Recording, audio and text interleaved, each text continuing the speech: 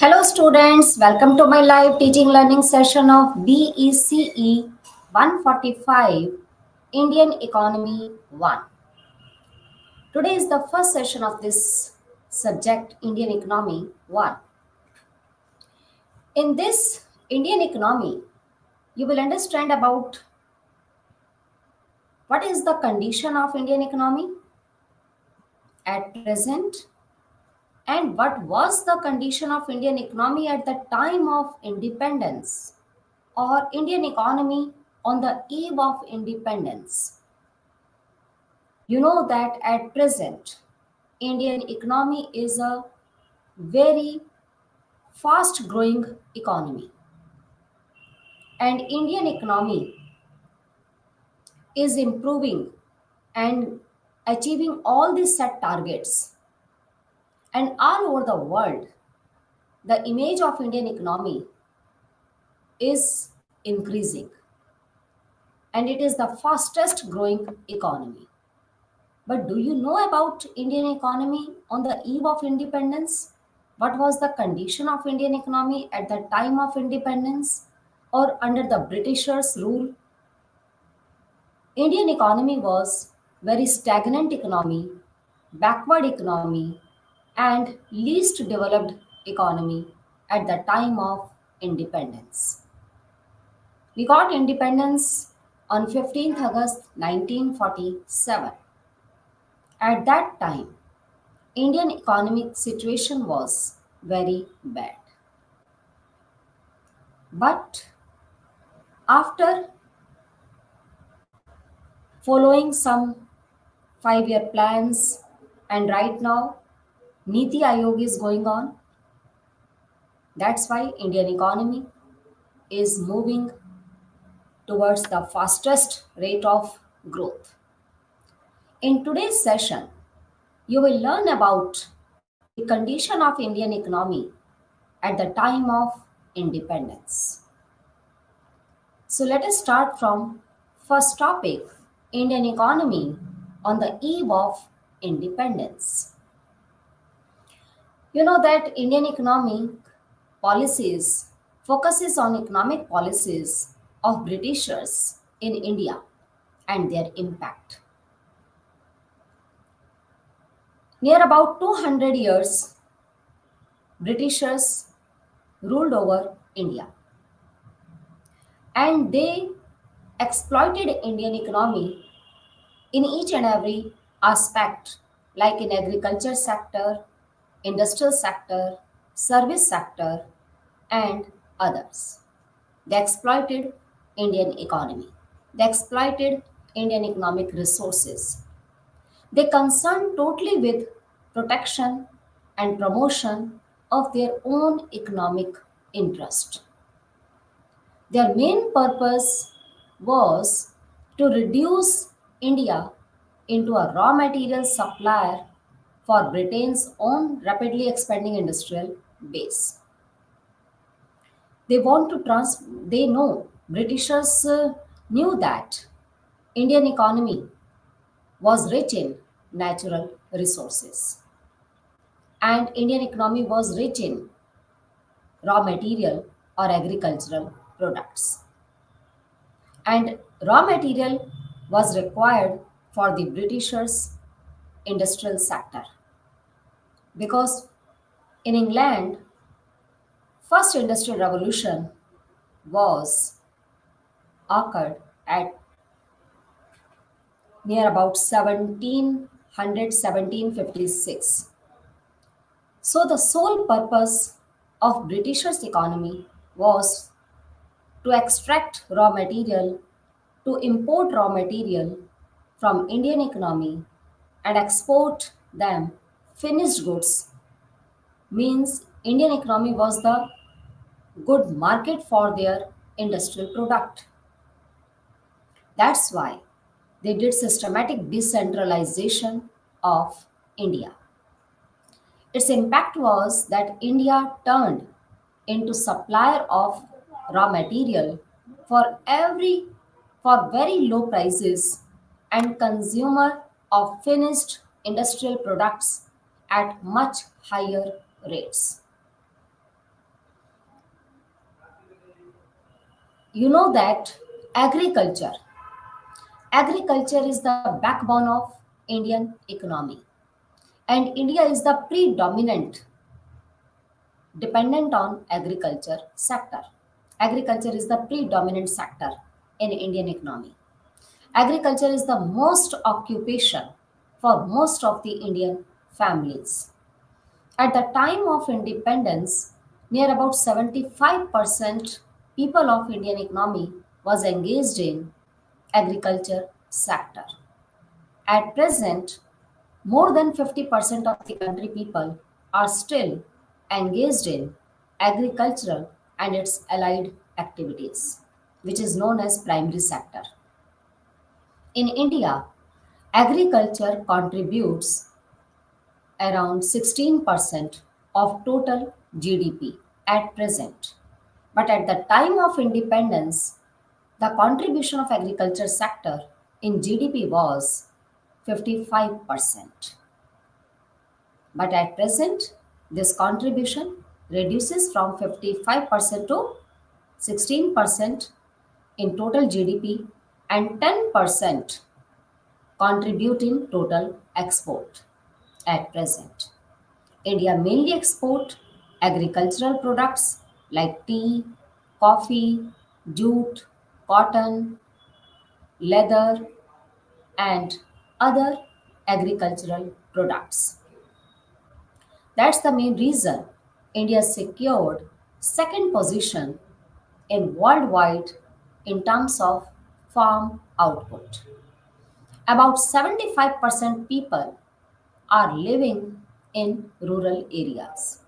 At present, near about 70% people are living in rural areas and 30% people are living in urban areas, and more than 50% of the country people are engaged in agriculture or farm activities and non-farm activities. So, geographical, about 43% of India's geographical area is used for agricultural activities. Next is causes for stagnation of Indian agriculture sector during colonial period or during Britishers era. What was the condition of agriculture sector during Britishers rule? At that time, agriculture sector totally changed. Britishers fixed land revenue system. Under this system, they started Jamidari system and they forced Indian farmers for commercializing the agriculture sector. And at the time of independence, when partition of country held, then most of the fertile land area went to Pakistan. And India got 80% illiterate population and less fertile land area during the time of independence at the time of partition of the country. So first system which Britishers started in agriculture sector for getting taxes or collected revenue, that system was Jamindari system. In this system, Britishers appointed Jamindars and they are the middlemen of farmers and Britishers. They collected revenue from farmers and deposited to the Britishers. They collected high amount of revenue and deposited a certain amount of revenue to the Britishers account and remaining portion they use for their own purposes. In this way, they exploited Indian farmers. And second thing, We started by Britishers during Britishers era, that was forced commercialization of agriculture sector. Under this, Britishers started commercialization of agriculture sector. In this, they forced Indian farmers to produce agriculture product not only for their self consumption. They must produce agriculture product for market and for exchange and for sale in the market. Production not only produce for self consumption, farmers should produce for exchange purpose or for sale purpose in market. And they forced Indian farmers to produce indigo, to grow indigo because they required indigo for their cotton or clothing industry, for coloring their clothes.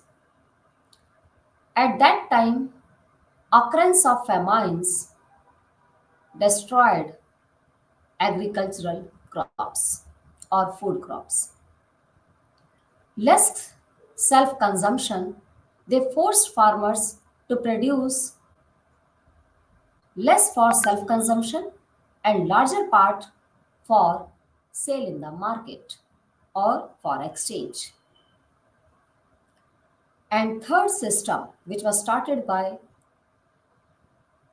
Britishers under Britishers rule, that was that they forced Indian farmers to produce mainly those crops which are required for their market, which are required for their industrial development.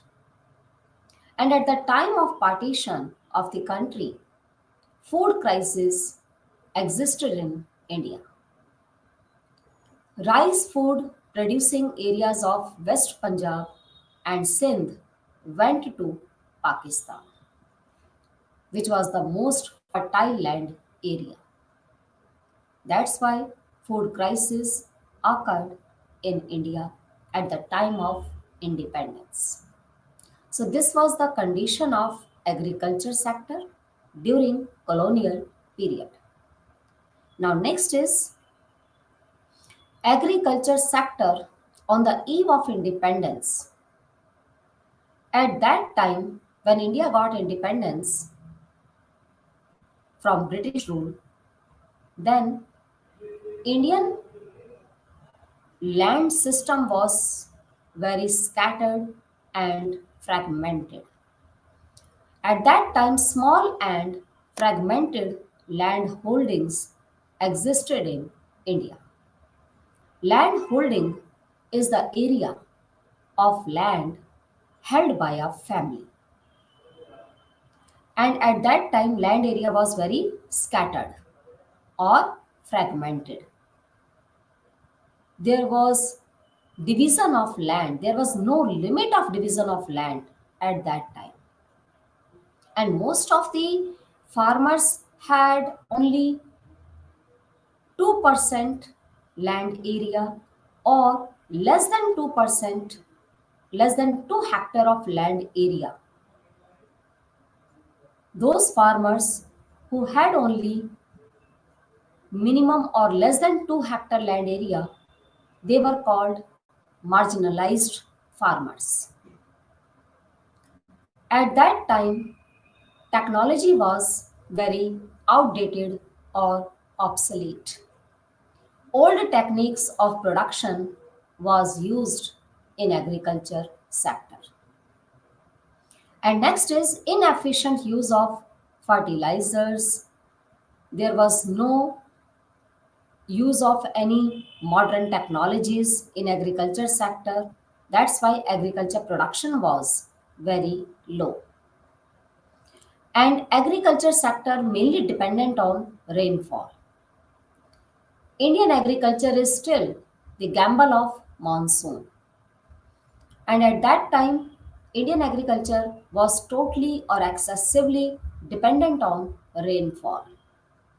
If there is a good rainfall, then crops will be much better produced. If there is a heavy rainfall, then flood will occur and it will destroy the agriculture crop. And if there is a very less rainfall held, then famines and drought situation will occur. So Indian agriculture sector was totally dependent for irrigational facilities only on rainfall. There was no other source of irrigation facilities at that time in India don't did not have any type of resources for irrigation. Next is low level of production and productivity. At that time, output per hectare was extremely lower.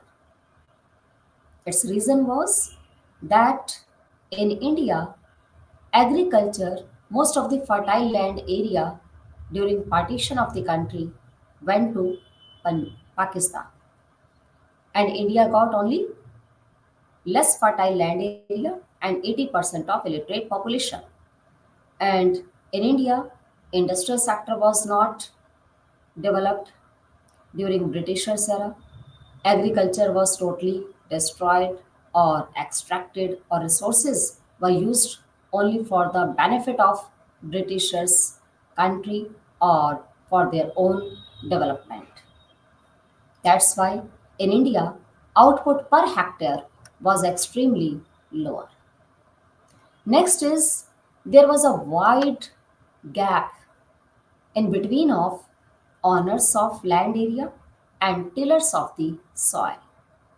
There was a huge gap in between of land owners and tenants or tillers of the soil. Owners never shared cost of output, instead they shared output. And next is subsistence farming. At the time of independence, Indian agriculture sector was mainly called subsistence sector, or main objective of the farmers was to produce only for their self consumption, only for their own families requirement or need.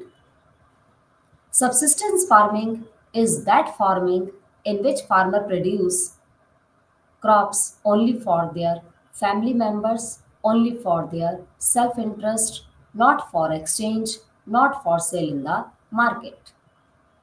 So, this is called subsistence farming. So, at the time of independence, Indian agriculture sector has so many features like small and fragmented land holdings. At that time, land holdings was very small and fragmented. Land was totally divided in small pieces. That's why agriculture production was very low. And farmers mainly used outdated technologies, old techniques of production. That's why agriculture production was very lower. And at that time, no irrigation facilities, no tube wells, and other irrigation facilities were available on the eve of independence, and agriculture sector was totally dependent on rainfall. And per hectare productivity of land area was also very low. And farmer only produce for their self consumption, not for exchange. That is called subsistence farming. And at that time, there was a wide gap in between of land owners and tillers of the soil. So this is the situation of Indian economic agriculture sector on the eve of independence. Next is Indian economy during 1950s to 1990s. This time period is also known as pre-reform period. because after 1991 onwards, time period is known as post-reform period. But before 1991, time period in Indian economy is known as pre-reform period. At that time, agriculture sector was predominant sector of the Indian economy, and agriculture sector played very important role in Indian economy. What is the importance of agriculture sector for Indian economy? Number one importance is that Indian economic agriculture sector is known as the backbone of Indian economy because most of the country people are getting employment opportunities in agriculture sector. They engaged in agriculture sector at the time of independence. 75% of the country people were engaged in agricultural activities. At present, more than 50% of the country people are engaged in agricultural activities or agriculture sector. That's why we can say that agriculture sector is the main source of employment, is the main source of income. Backbone of Indian economy. Agriculture sector is known as backbone of Indian economy because all the other sectors like secondary sector or manufacturing sector and service sector are dependent on agriculture sector.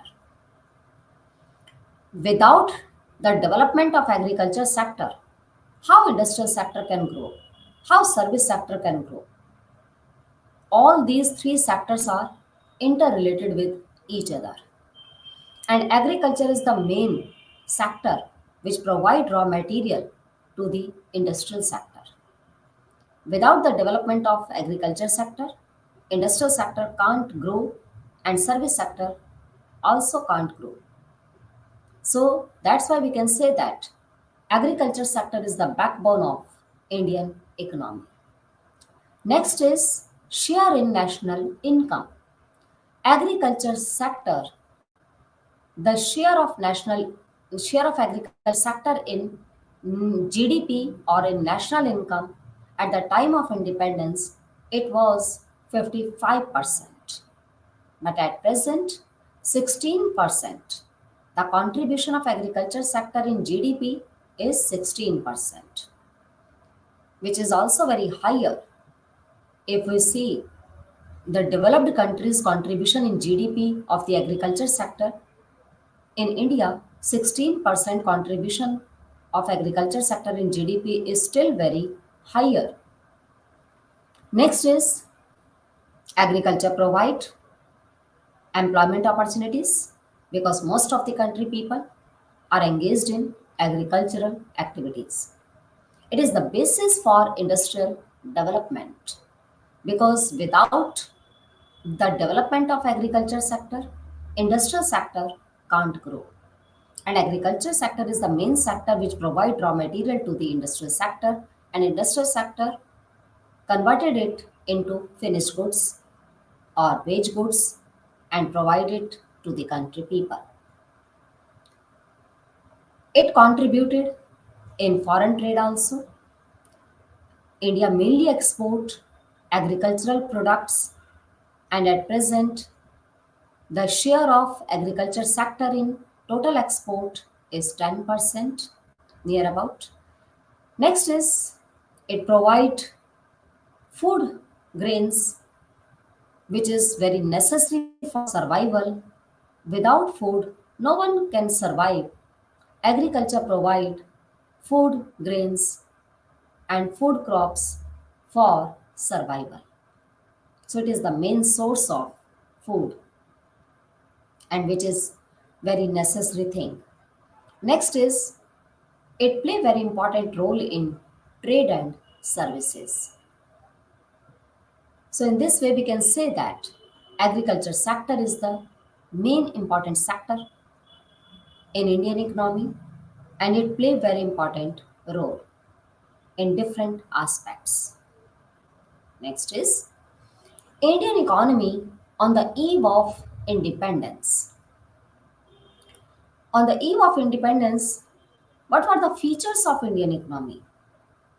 The main feature of Indian economy was at that time low level of economic development. You know that at the time of independence, Indian economy was stagnant economy, backward economy, and least developed or underdeveloped economy. At that time, agriculture sector was backward and agriculture sector was very in bad situation. Next is because fragmented land area, subdivision of land area, marginalized farmers, and less productivity in agriculture sector. The productivity of soil was also very low because no facilities of agricultural technologies, irrigational facility, fertilizers were not present at that time. And on the eve of independence, after adopting second five-year plan in 1956 and after following PC Mahalanobis model of growth, at that time capital goods or capital based industries were promoted, so developed industrial area sector, but this existed only during in second five-year plan, not before that. At the time of independence, industrial sector was also very in bad situation. At that time, low foreign trade, India was an open economy during Britishers era and at present now.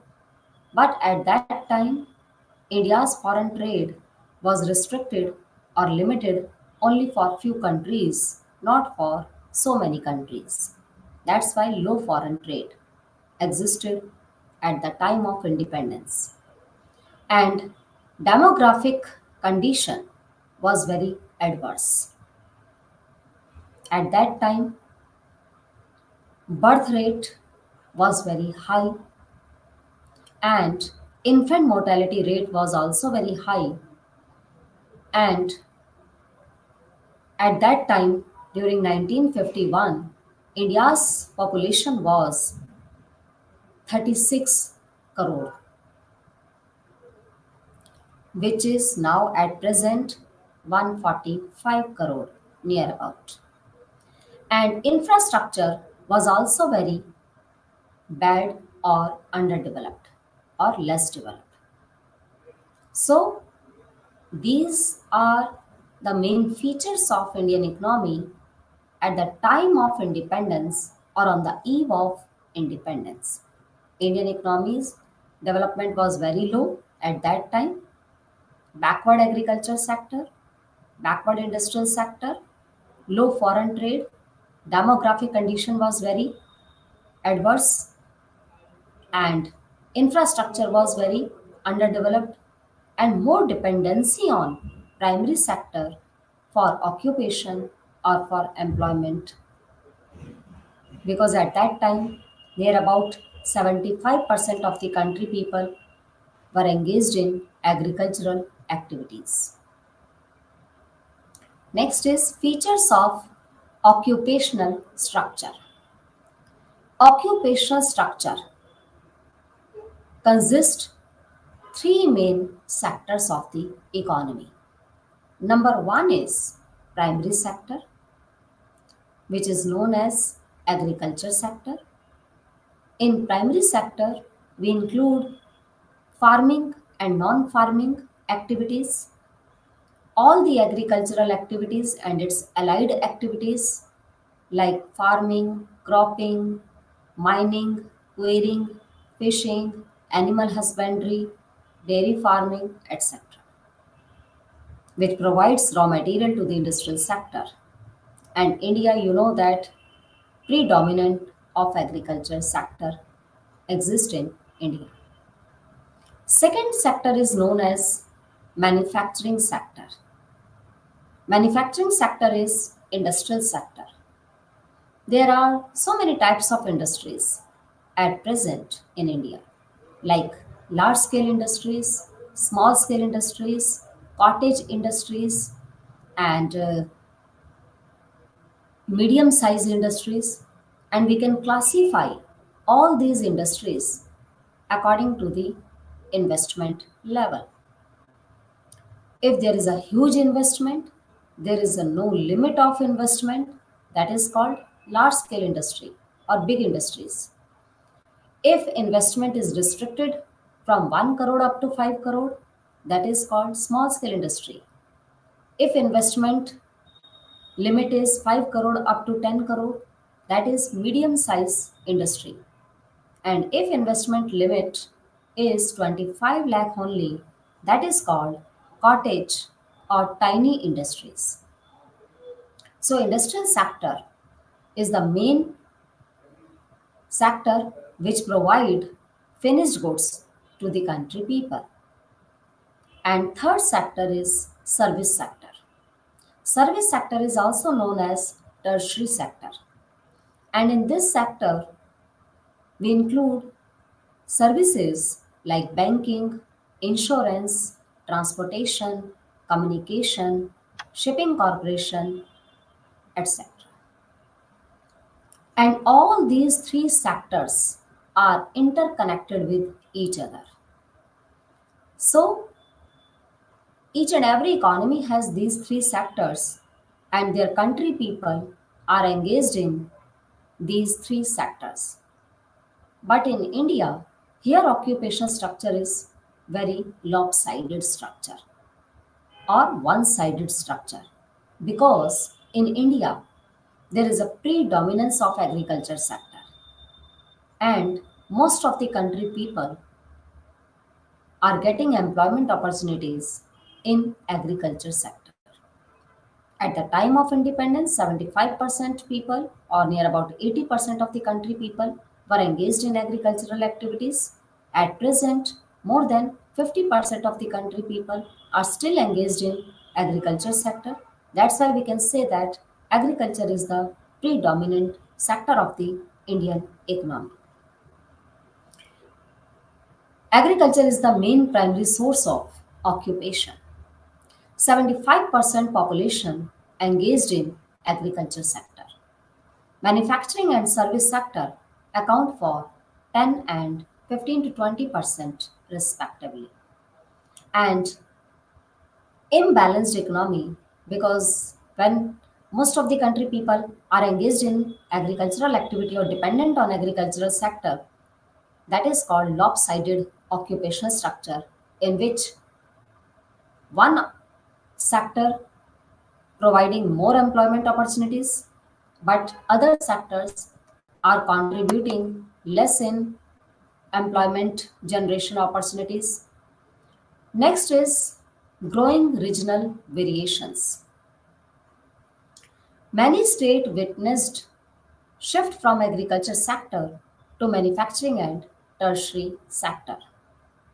It means regional variations are growing, and some states are regionally underdeveloped, or regional imbalances existed in different regions of the country.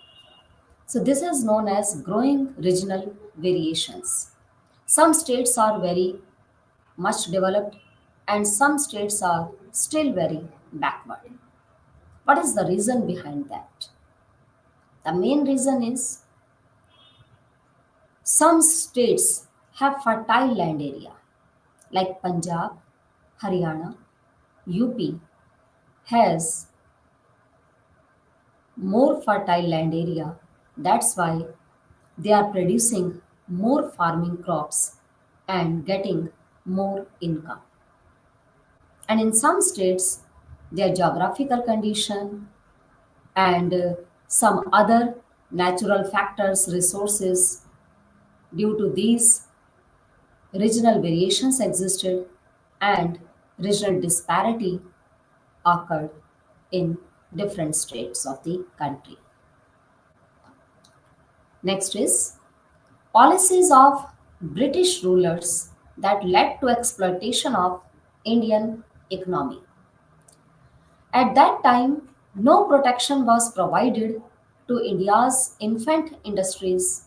Infant means small or tiny industries.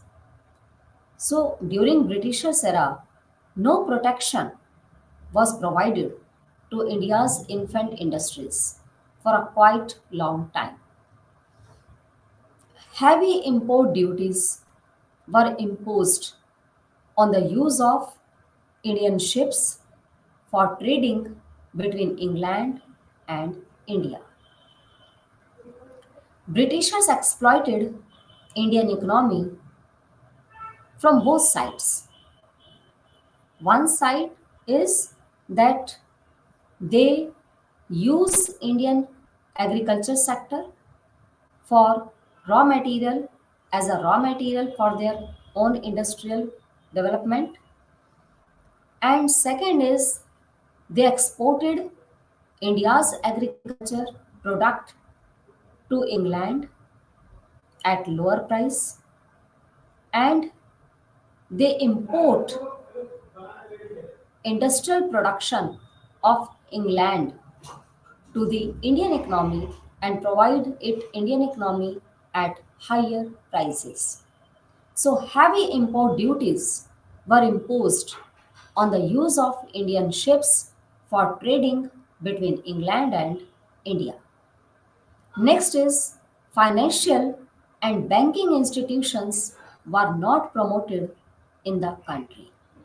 It means during Britishers era or colonial rule, financial and banking institutions were not developed and service sector was adversely affected during Britishers rule. Next is low level of economic development under the colonial rule. India had an independent economy before the advent of the Britishers rule.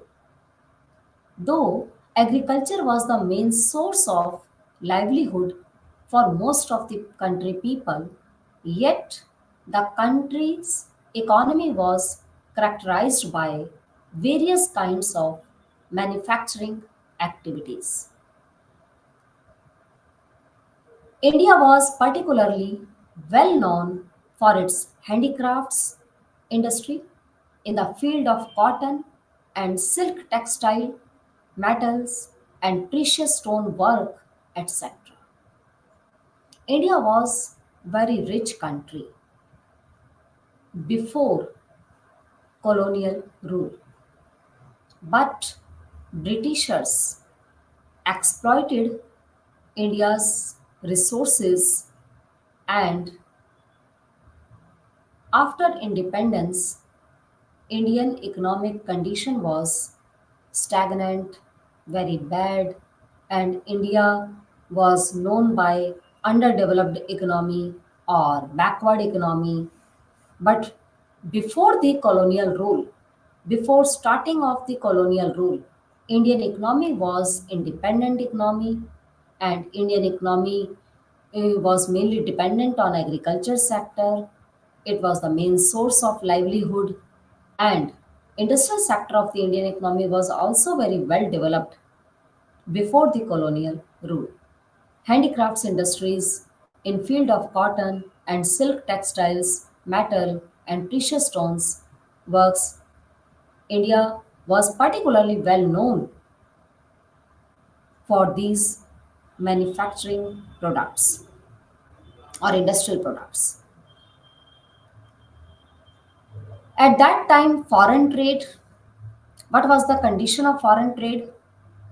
India has been an important trading nation since ancient time, but the restrictive policies pursued by the colonial government adversely affected the structure of the foreign trade, composition of the foreign trade, and volume of India's foreign trade. Structure of the foreign trade was very lopsided. Composition includes the items of exports and imports. Composition tells us about the items. It means what items we are exporting to the other countries and what items we are importing from the other countries. During Britishers' rule, at that time, India's foreign trade was very restricted, and particularly it held in between of India and England, because England imported India's raw material for their industrial development, for their industrial production, and England exported finished goods to Indian economy at higher price and imported Indian raw material at lower price. In this way, Britishers exploited India's wealth, and the drain of wealth existed at that time. And volume of India's foreign trade tells us about the amount, how much they are exporting and how much they are importing.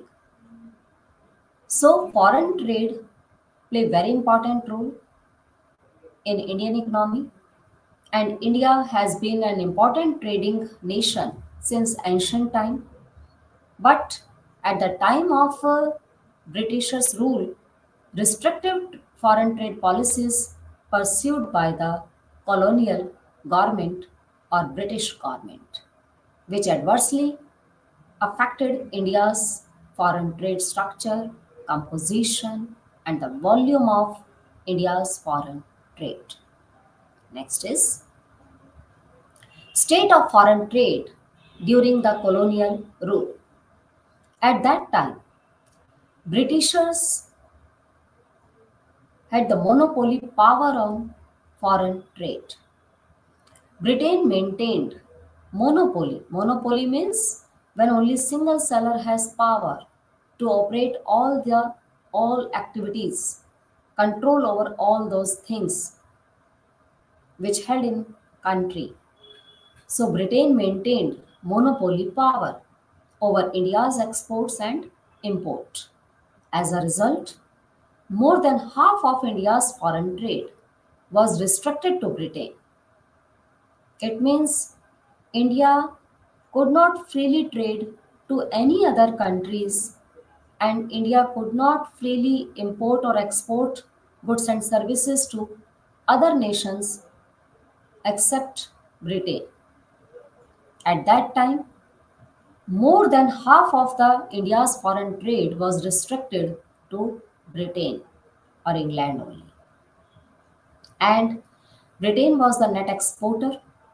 India was the net exporter of raw material and importer of final goods at the time of colonial rule. India exported raw material or agricultural products for the development of Britain or England industrial sector. And how these exports and imports happened at that time? Opening of Suez Canal. In 1869, Suez Canal opened by Britishers for smoothing the foreign trade process and avoided to sail around Africa and reduction in cost of transportation. Next is drain of Indian wealth. Huge export surplus due to huge export volume. Export surplus was used by Britishers. When India was exporting more than imports, then India should get more benefit. But during Britishers era, during Britishers rule, export surplus used by Britishers for their own benefit. Export surpluses used to benefit Britishers to incur administrative expenses, to import invisible items like services, and to incur expenses of war fought by British government. It means the benefit which is which was received by Indian economy through exports, but used by Britishers for their own purpose. In this way, Britishers drained India's wealth and exploited India's foreign trade sector. Next is demographic condition. What was the condition of population or demographic condition at the time of independence? Demography. Demography means population.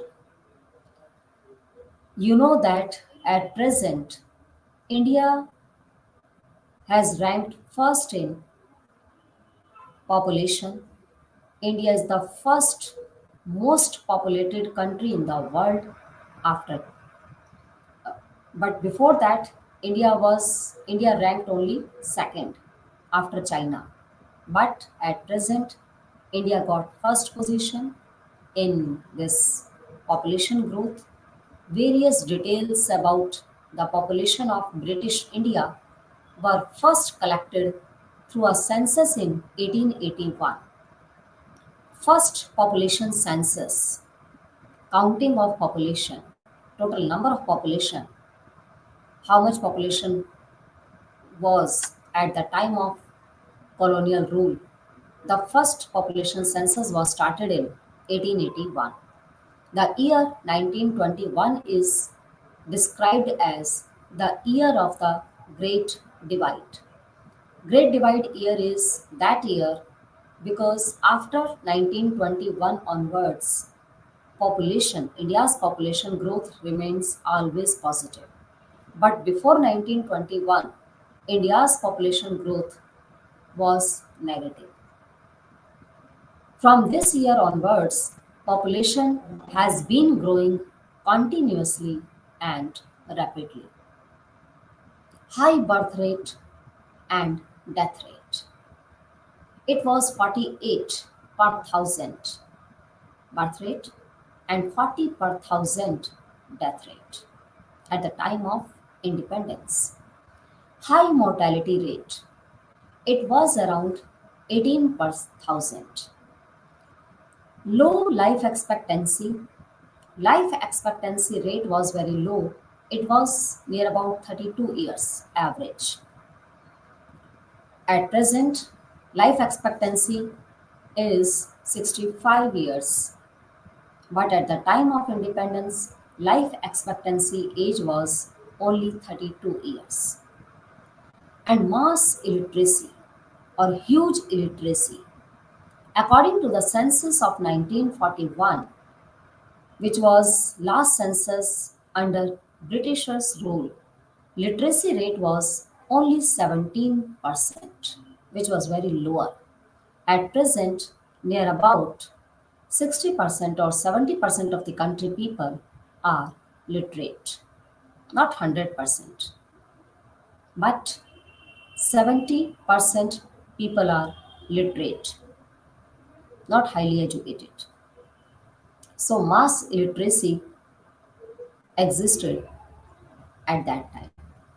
This is called demographic condition, in which we can say that at that time the condition of population was bad because at that time life expectancy was very lower, birth rate was higher, death rate was also very higher, infant mortality rate was higher, illiteracy was also very higher. So this is the bad indicator for the development of the country. Next is industrial sector. India could not develop a sound industrial sector during Britishers' rule. Even the country's world famous handicrafts industries declined by Britishers. No commercial modern industries base was allowed to come up. And this sector needed modernization, diversification, and increased investment. But under the colonial rule, India's industrial sector was totally destroyed. Colonial or Britishers abolished India's handicrafts industry, and India was the most famous, world famous country, known as world famous country in handicraft industries, which declined under the Britishers' rule. And no other commercial modern industrial base was allowed to come up. And industrial sector, you know that it is the most important sector for growing at fastest rate. If we want to achieve high rate of growth, then we must have to improve our industrial sector. But under the Britishers' rule, industrial sector was badly affected by the colonial rule or Britishers, because they don't want to establish good industrial sector in Indian economy, because they wanted to improve their own industrial sector, their own industrial development. That's why they colonialized Indian economy for getting raw material for their industrial activities and exported these finished goods to the Indian economy.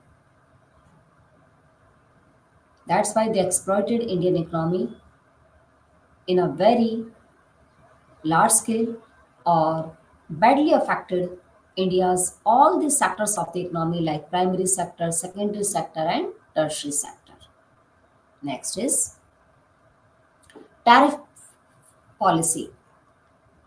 What was the type of tariff policy or foreign trade policy adopted by Britishers? Britishers impose heavy duties on imported items and impose less duties on exported items, because India exported raw material to the Britishers and India imported finished goods from Britishers. When India imported finished goods from Britishers, they imposed more duties. In this way, they drain India's wealth. And get when they um, use India's raw material, and when India's export raw material to the Britishers or England, it was totally tariff free. Means England did not want to pay more money to Indian economy. Tariff free exports of raw material from India to Britishers and heavy duties of exports of handicrafts imposed by Britishers. In this way, Britishers drain the India's wealth. Next is role of industries in the economic development. The industrial sector of the Indian economy can be classified in two main categories. One is organized industries and second is unorganized industries. Organized industries in India, 90% or more than 90% of the country people are engaged in unorganized sector.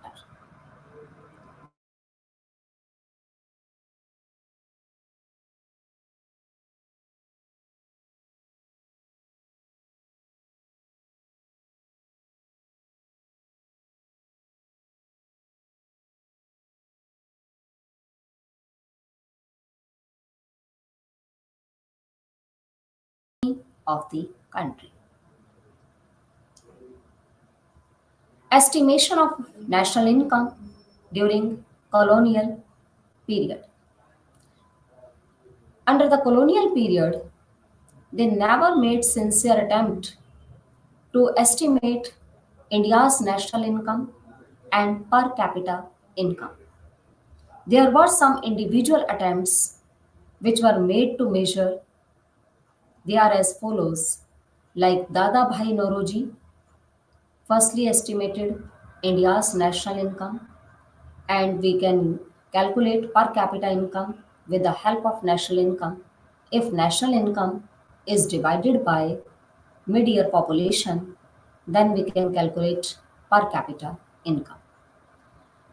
At that time, Dada Bhai Nauroji, William Digby, Findlay Shiraz, Dr. V.K.R.V. Rao, and R.C. Desai, they helped to estimate India's national income and per capita income under Britishers' rule. Next is conclusion. In today's session, we have discussed about the condition of Indian economy at the time of independence and under the Britishers' rule or colonial rule, what was the condition of Indian economy, and in all the sectors like agriculture sector, secondary sector, and tertiary sector, what was the condition of these sectors, what was the condition of foreign trade and demographic condition during Britishers' era. The road that India took to get its independence shows how nations and its people changes in order to adjust to the world and make things at home as just and favorable as possible, even if it means separating their nation in half to do it. The Indian people involved during their independence movement suffered a great deal in order to have their freedom. Although it took two world wars for them to get enough momentum to win their independence.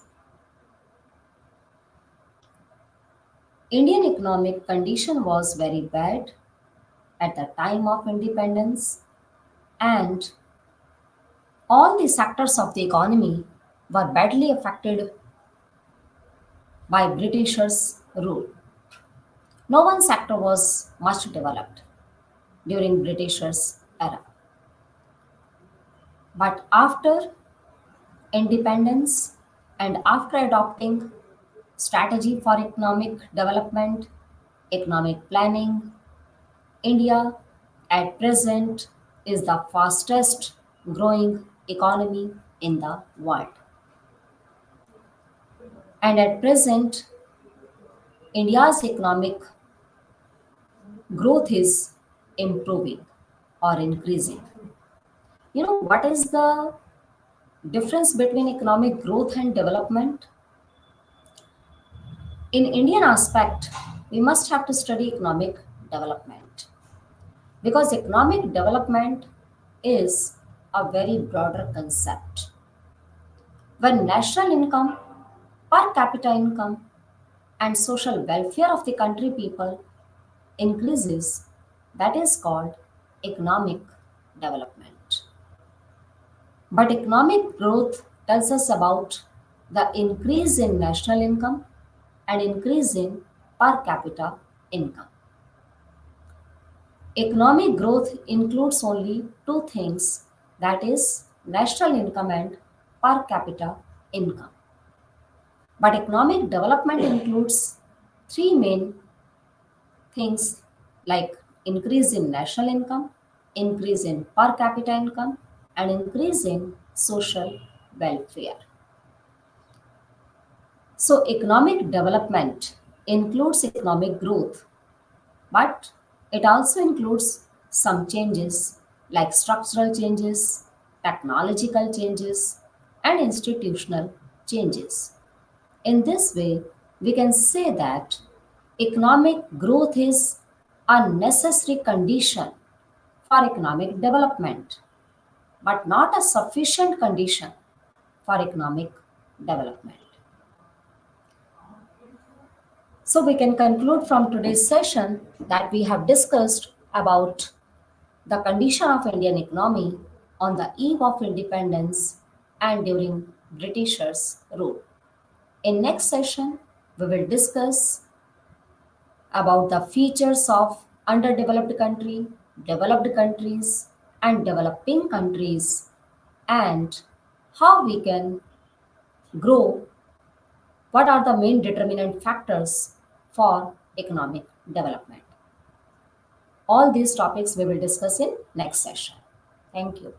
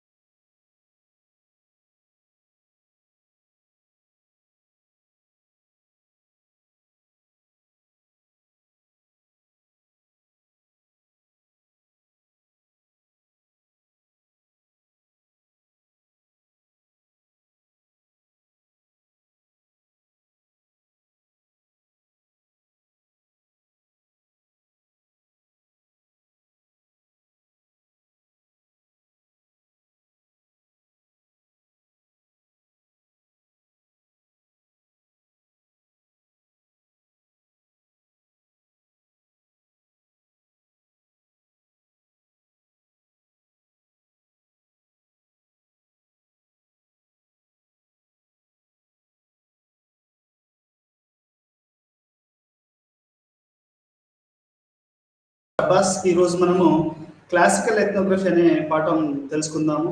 మనం గత కొన్ని రోజులుగా మనం ethnography అనే ఒక కొత్త పాఠాన్ని, కొత్త సిలబస్ని మనం నేర్చుకోవడం జరుగుతుంది. అసలు ఎథ్నోగ్రఫీ ఏంటి అనేది మనం మొదటి పాఠంలో నేర్చుకున్నాము. ఆ ఎథ్నోగ్రఫీ అంటే ఒక థిక్ డిస్క్రిప్షన్ అని, అంటే ఏదైనా ఒక సమాజం గురించి మనం కొంచెం గాఢంగా రాయడం అని. చిక్కగా ఉంటుంది, పలసగా ఉంటుంది, గాఢంగా ఉంటుంది. పెరుగు, పాలు ఇవన్నీ తెలుసు కదా. పాలు చిక్కగా తాగితే ఎట్లా ఉంటుంది, పలసగా తాగితే ఎట్లా ఉంటుంది. పలసగా తాగితేనేమో నీళ్ళు కలిపితే పలసగా అయింది, చిక్కగా తాగితే కొంచెం ఆరోగ్యకరంగా ఉంటారు. అదేవిధంగా సమాజం గురించి thick description of the society is called ethnography. అంటే మనం ఒక సమాజంలో ఒక కమ్యూనిటీ గురించి, ఒక లిమిటెడ్ కమ్యూనిటీ గురించి మనం కనుక థిక్గా డిస్క్రిప్షన్ చేసినట్టయితే దాన్ని మనం ఎథ్నోగ్రఫీ అని చెప్పొచ్చు. ఇంకొకటి మాలినోవ్స్కీ ప్రకారము ఎథ్నోగ్రఫీ అంటే ఇంకొక అర్థం ఏంటి అంటే, ఒక సమూహం యొక్క వాళ్ళ యొక్క సొంత దృక్పథం నుంచి ఈ సమాజాన్ని చూడడం అనేది కూడా మనకు ఎథ్నోగ్రఫీ అనే ఒక దానికి అర్థం ఉంది. అంటే ఉదాహరణకి ఏంటి అంటే, మనము ఒక సమూహం అది ఏం చేస్తుందో అని వాళ్ళ దృష్టికోణం నుంచి కనుక మనం రికార్డు చేయగలిగితే దాన్ని ఎథ్నోగ్రఫీ అని మనం చెప్పొచ్చు. అట్లా ఉదాహరణకు మీకు చెప్పాలి అంటే, ఒక గిరిజన గ్రామం మనం కనుక చూస్తే, గిరిజన గ్రామాన్ని మనం బయట నుంచి చూసేసి దాని గురించి మనం రాస్తే అది ఎథ్నోగ్రఫీ కాదు. మనం కొంతకాలం ఆ గిరిజన గ్రామంలో ఉండి అక్కడ వాళ్ళు ఆచారాలు, సాంప్రదాయాలు, వాళ్ళ యొక్క తిండి అలవాట్లు, వాళ్ళ యొక్క వేషాధారణ, వాళ్ళు ఏ దేవతలను పూజిస్తున్నారు, ఎందుకు పూజిస్తున్నారు అనేది మనం వాళ్ళు ఒక భాగంగా తయారయ్యి వాళ్ళ యొక్క దాని నుండి, అంటే వాళ్ళ ప్రపంచంలోకి వెళ్ళి వాళ్ళ ప్రపంచంలోంచి మనం అర్థం చేసుకుంటేనే దాన్ని ఎథ్నోగ్రఫిక్ అకౌంట్ అని మనం చెప్పొచ్చు. అంటే ఈ రకంగా నోయింగ్ ది నేటివ్స్ వ్యూ అనేది చాలా ప్రధానంగా దీని యొక్క ఎథ్నోగ్రఫీ యొక్క ముఖ్యం. చాలా వరకు అభిప్రాయాలు ఎట్లా ఉంటాయంటే అండి, సిటీలో ఎక్కడో కూర్చొని ఏదేదో మాట్లాడుతూ ఉంటారు. అంటే అపోహలు సృష్టిస్తూ ఉంటారు. వాడు చెప్పాడా లేదా కూడా తెలియదు, మొత్తం ట్విస్ట్ చేస్తుంటారు, వీడియోలు ట్విస్ట్ చేస్తుంటారు, చెప్పిన సమాచారాన్ని ట్విస్ట్ చేస్తుంటారు, మొత్తం మారిపోతూ ఉంటారు అన్నట్టు. అంటే ఈ రకంగా ఒక నేటివ్స్ పర్స్పెక్టివ్ని తెలుసుకోవడమే మనం ఎథ్నోగ్రఫీ అని చెప్పొచ్చు. అంటే ఈ ఎథ్నోగ్రఫీ స్టడీస్ ఎప్పటి నుంచి మొదలయ్యాయి మనకు? మరి క్వశ్చనీరు, ఇంటర్వ్యూలు ఇవన్నీ ఉన్నాయి, కానీ మీరు అడగవచ్చు, సార్ మరి ఎథ్నోగ్రఫీ అనేది ఎప్పటి నుంచి మొదలైంది అని. అంటే ఎథ్నోగ్రఫీ అనేది ఆంథ్రోపాలజీ నుంచి సోషియాలజీలోకి తీసుకురావడం జరిగింది. మొట్టమొదటిసారిగా ఎథ్నోగ్రఫీని 19వ శతాబ్దంలో మాలినోవ్స్కీ అనే అతను the Argonauts of turbulent islands socio economic profile అని మొట్టమొదటిసారిగా ఒక ఎథ్నోగ్రఫిక్ అకౌంట్ అనేది చేయడం జరిగింది. ఈ మాలినోవ్స్కీని ఫాదర్ ఆఫ్ ఎథ్నోగ్రఫిక్ స్టడీస్ అని కూడా మనం చెప్పొచ్చు. ఎందుకంటే మొట్టమొదటిసారిగా ఆయన గిరిజన సమూహాలలో వాళ్ళ వేషధారణ, వాళ్ళ వస్తువులు, వాళ్ళు జీవించే విధానము, ఇవన్నీ ఏ రకంగా ఉంటాయి అని ఒక థిక్ డిస్క్రిప్షన్ చేయడం అనేది మాలినోవ్స్కీ వల్ల జరిగింది. ఈ మాలినోవ్స్కీ చేసిన పరిశోధనలు అనేది మొత్తం రెవల్యూషనైజ్ చేశాయి, అంటే విప్లవీకరించాయి. మనం పరిశోధన చేసే పద్ధతుల్ని అవి ఏం చేశాయి, విప్లవీకరించాయి. అంటే అప్పటి వరకు ఉన్నటువంటి సాంప్రదాయంగా బయట కూర్చొని రాయడము, లేకుండా బయట తెలుసుకొని రాయడం కాకుండా వాళ్ళ సమూహంలో కలిసి, సమూహంలో భాగమై, వాళ్ళ ఆహార అలవాట్లు, వాళ్ళ బట్టలు, వాళ్ళ భాష. ఇంకొక ప్రధానమైన విషయం ఏంటంటే ఎథ్నోగ్రఫిక్ స్టడీస్లో భాష నేర్చుకోవడం. ఇప్పుడు మనం ఏం చేస్తాం, జనరల్గా మన భాష ద్వారా ఇప్పుడు మనం కోయలతో మాట్లాడాం అనుకోండి, తెలంగాణలో కోయలకు ఒక భాష ఉంది. కానీ చాలామంది పరిశోధకులు ఏం చేస్తారు, తెలుగులో మాట్లాడతారు కోయలతో. కానీ కోయ భాష నేర్చుకొని కోయలో భాషలో మాట్లాడితే మనకు వాళ్ళ నిజమైనటువంటి వాళ్ళ జీవితం ఏంటి, వాళ్ళు చెప్పే అర్థం ఏంటి అనేది మనకు అర్థమవుతుంది. అంటే ఈ ఎథ్నోగ్రఫిక్ స్టడీస్లో ఈ భాష నేర్చుకోవడము, మనం ఏ సమూహం మీదనైతే పరిశోధన చేస్తున్నామో ఆ సమూహం యొక్క భాష నేర్చుకోవడం అనేది అతి ప్రధానంగా మనకు ఇక్కడ తెలుస్తుంది. అదేవిధంగా మాలినోవ్స్కీ గారు గిరిజన భాషను నేర్చుకున్నారు. రాడ్క్లిఫ్ బ్రౌన్ గారు కూడా ఈ గిరిజన భాషను నేర్చుకున్నారు. అదేవిధంగా మార్గరెట్ మీడ్, ఆ తర్వాత ఇవాన్ పిచియార్డ్ కూడా, ఈ నలుగురు కూడా మనము ఒక క్లాసికల్ ఎథ్నోగ్రాఫర్స్ అని చెప్పొచ్చు. అంటే వీళ్ళు మరీ ముఖ్యంగా మాలినోవ్స్కీ, రాడ్క్లిఫ్ బ్రౌన్ చేసినటువంటి పరిశోధనలు, ఎథ్నోగ్రఫీ అకౌంట్స్, అది అబ్జర్వేషను, పార్టిసిపేషను, వాళ్ళ దాంట్లో పార్ట్ కావడము, భాష నేర్చుకోవడము, అంటే వాళ్ళ దాన్ని ఏమంటారంటే వాళ్ళ భాషలోకి మనం ఎంటర్ కావడము, వాళ్ళలాగా యాక్టింగ్. ఇప్పుడు సినిమాలలో కనుక పరకాయ ప్రవేశం అంటారు చూసారా, ఆ పరకాయ ప్రవేశం చేయడం అనేది కూడా ఈ ఎథ్నోగ్రఫిక్ అకౌంట్లో ఒక ప్రధానమైనటువంటి విషయంగా మనం ఇక్కడ అర్థం చేసుకోవాల్సినటువంటి విషయం అన్నట్టు. ఈ యొక్క ఎథ్నోగ్రఫీ అనేది, ట్రైబల్ ఎథ్నోగ్రఫీ అనేది ఈ రకంగా ఈ పరకాయ ప్రవేశాలు వీటి వల్ల అంటే మనకు నిజమైనటువంటి గిరిజన విషయాలు ఏంటి అనేది మనకు చాలా ఖచ్చితంగా తెలిసే అవకాశం ఉంది. అంటే మనకు బయట కూర్చొని ఏదో ఇంటర్వ్యూలు చేసేసి, ఇప్పుడు నాన్ లిటరేట్ సొసైటీకి సంబంధించిందే ఎథ్నోగ్రఫీ అని చెప్పొచ్చు. 2 రకాల సమాజాలు ఉన్నాయండి, literate society and non literate society. అంటే అసలు భాష రాకుండా, రాయడం రాకుండా, చదువు లేకుండా ఇవన్నీ ఉన్నటువంటి ఒక సమాజం ఉంది. ఆ సమాజం నువ్వు ఎట్లా తెలుసుకుంటావు? ఇప్పుడు నువ్వు పోయి వాళ్ళకి క్వశ్చన్ ఇచ్చావు అనుకో, ఆ క్వశ్చన్ వాళ్ళు ఎట్లా నింపుతారు? వాళ్ళకి భాష రాదా, వాళ్ళకి రాయడం రాదు, చదవడం రాదు. మీరు ఎంతమంది గిరిజన డాక్టర్లు, కోయ డాక్టర్లు ఉన్నారు, ఎంతమంది కోయ లాయర్లు ఉన్నారు, ఎంతమంది గోండులు ఉన్నారు, ఎంతమంది గోండు ప్రొఫెసర్లు ఉన్నారు, వీళ్ళంతా చాలా తక్కువ కదా. అంటే ఈ రకంగా నాన్ లిటరేట్ సంబంధించిన ఒక స్టడీ కనుక మనం చేయాలనుకుంటే అది క్లాసికల్ ఎథ్నోగ్రఫీ అవుతుంది అనేది మనం అర్థం చేసుకోవాలి. అంటే ఈ నాన్ లిటరేట్ సొసైటీ యొక్క భావాల్ని, వాళ్ళు ఎందుకు ఏ రకంగా ఉంటారు. ఇప్పుడు అమెరికా ఉందనుకోండి, రెడ్ ఇండియన్స్ ఉన్నారు. రెడ్ ఇండియన్స్ అనేవాళ్ళు నేటివ్ పీపుల్. ఆ తర్వాత ఇప్పుడు ద్రవిడులు ఉన్నారనుకోండి, భారతదేశానికి నేటివ్ పీపుల్ ఎవరంటే ద్రవిడులు అని చెప్పొచ్చు. అమెరికాకి నేటివ్ పీపుల్ ఎవరంటే రెడ్ ఇండియన్స్ అని చెప్పొచ్చు.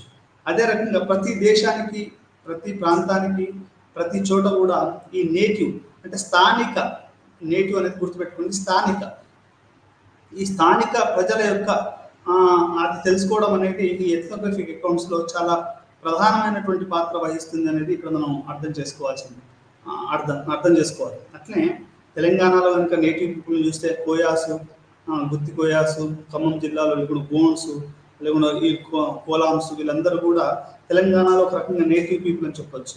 వీళ్ళని కనుక మనం పరిశోధన చేయాలి అంటే ఎథ్నోగ్రఫిక్ అకౌంట్స్ ప్రకారము మనము వాళ్ళ భాష నేర్చుకోవాలి, వాళ్ళ వేష భాషలు నేర్చుకోవాలి, వాళ్ళ ఆహారపు అలవాట్లు చేసుకోవాలి. ఇప్పుడు హేమండార్ఫ్ గోన్స్ మధ్యలో చేశాడు, ఇది తెలంగాణ గోన్స్ మధ్యలో హేమండార్ఫ్ పరిశోధన చేశాడు.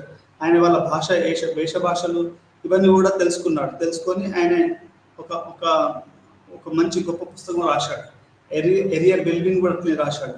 చాలా మంది క్లాసికల్ ఆంథ్రోపాలజిస్టులు అంటే ఈ యొక్క మొట్టమొదటిసారిగా పునాదులు వేసినటువంటి ఈ ఎథ్నోగ్రఫీ స్టడీస్కి పునాదులు వేసినటువంటి మానవాభివృద్ధి శాస్త్రవేత్తలు ఈ రకంగా వాళ్ళు క్లాసికల్ ఎథ్నోగ్రఫర్స్ అని చెప్పొచ్చు. అంటే దీనికి ఇది ఎట్లా అంటే డాక్టర్ చారు మహీందర్ మానవాభివృద్ధి శాస్త్రవేత్త చెప్పిన ప్రకారము ఈ డిఫ్యూజన్ థియరీ అని ఒకటి ఉందండి, కల్చరల్ ఆంథ్రోపాలజీ అని ఒకటి ఉంది. ఈ కల్చరల్ అంటే సాంస్కృతిక మానవాభివృద్ధి శాస్త్రం.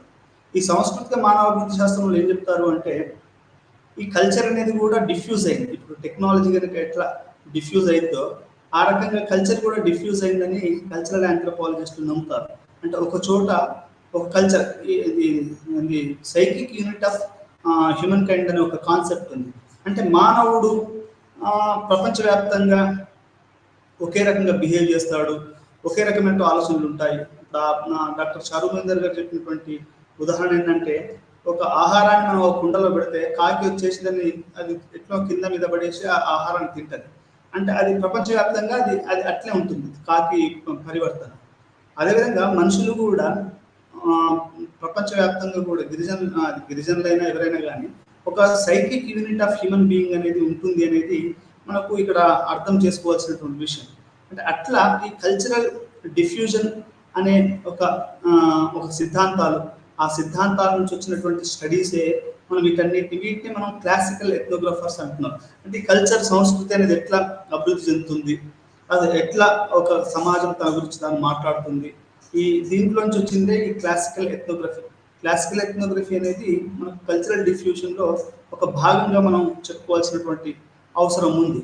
సో అందులో భాగంగానే మనం ఈరోజు కొంతమంది ఈ కల్చరల్ డిఫ్యూజన్ థియరీలో భాగంగా, క్లాసికల్ ఎథ్నోగ్రఫీలో భాగంగా కొంతమంది ఒక 4 ప్రధానమైనటువంటి ఈ యొక్క క్లాసికల్ ఎథ్నోగ్రఫీ అంటే మొత్తం క్లాసికల్ అంటే ఒకటేనండి, సాంప్రదాయ లేకపోతే ప్రాచీన అనుకోవచ్చు, లేకపోతే ప్రాచీన అని వారు ఎవరైతే పునాదులు వేశారో ఈ యొక్క ఎథ్నోగ్రఫీ స్టడీస్కి ఎవరైతే పునాదులు వేశారో వాళ్ళని మనం క్లాసికల్ ఆంథ్రోపాలజిస్ట్ అని చెప్పొచ్చు. ఇక్కడ 4 గురించి ప్రధానంగా మనం మాట్లాడుకోవాలి. ఒకటి మాలినోవ్స్కీ, రెండవది రాడ్క్లిఫ్ బ్రౌన్, మూడవది మార్గరెట్ మీడ్, నాలుగవది ఈవి అని పిచ్చార్డ్. ఈ 4 కూడా ప్రధానంగా కల్చరల్ డిఫ్యూజన్ థియరీలో, క్లాసికల్ ఎథ్నిక్ ఎథ్నోగ్రఫీలో వీళ్ళు ప్రధానమైనటువంటి పాత్ర పోషించారని చెప్పొచ్చు. సరే, మనం ఇంతకుముందు మాట్లాడుకున్నట్టు ఎథ్నోగ్రఫీ అంటే ఒక థిక్ డిస్క్రిప్షను, ఎథ్నోగ్రఫీ అంటే ఒక పార్టిసిపెంట్ అబ్జర్వేషన్, ఎథ్నోగ్రఫీ అంటే ఒక బీయింగ్ పార్ట్ అని చెప్పొచ్చు. ఎథ్నోగ్రఫీ అంటే ఎమిక్ ఎథిక్ అప్రోచ్ అని చెప్పొచ్చు. అంటే ఒక గ్రూప్లోనూ భాగం కావచ్చు, ఒక గ్రూప్ బయట నుంచి ఉంటూ కూడా చదవచ్చు. అంటే ఎమిక్ ఎథిక్ అప్రోచ్ కూడా ఒక ప్రధానమైనటువంటి ఫీల్డ్ వర్క్లో భాగంగా తెలుసుకోవచ్చు. ఇన్ఫర్మేషన్ గ్యాదరింగ్ కానివ్వండి, మాట్లాడడం కానివ్వండి, డ్రెస్సులు కానీ, మనం నివసించడం అంటే ఎక్కడో హైదరాబాద్లో కూర్చొని ఒక ఊరు గురించి రాయడం కాదు. ఊర్లో నువ్వు ఇల్లు రెంట్కి తీసుకొని అక్కడ ఆ ప్రజలతో ఉండి ఆ గిరిజన గ్రామాలతో కనుక ఉంటే దాన్ని మనము రియల్ రీసెర్చ్, ఎథ్నోగ్రఫిక్ రీసెర్చ్ అంటాం. చాలా మంది మనకు ఎలక్షన్ రిజల్ట్స్, ఎలక్షన్ కానీ లేకుంటే కొన్ని కేస్ స్టడీస్ కానీ అసలు ఏం చేయరు. ఇంట్లోనే కూర్చుని వాడు ఇదన్నాడు అని చెప్పేసి క్వశ్చన్ ఫిల్అప్ చేసేసి పంపిస్తారు. అదంతా ఫాల్స్ రీసెర్చ్. ఎథ్నోగ్రఫిక్ అకౌంట్ అనేది ఒక రియల్ రీసెర్చ్ అని మనం చెప్పొచ్చు. ఎందుకంటే ఎందుకు రియల్ రీసెర్చ్ అని చెప్తున్నానంటే, మనం డిస్క్రిప్షన్ చేయవలసి ఉంటుంది. Over a period of time మనం కనుక over a period of time అంటే కొన్ని స్టడీస్ సంవత్సరం తీసుకోవచ్చు, కొన్ని స్టడీస్ 6 నెలలు తీసుకోవచ్చు, కొన్ని స్టడీస్ 3 సంవత్సరాలు తీసుకోవచ్చు. అంటే over a period of time observing one community and being participant in that community is called ethnography. ఇప్పుడు మార్గరెట్ మీడ్ గారు ఉన్నారు.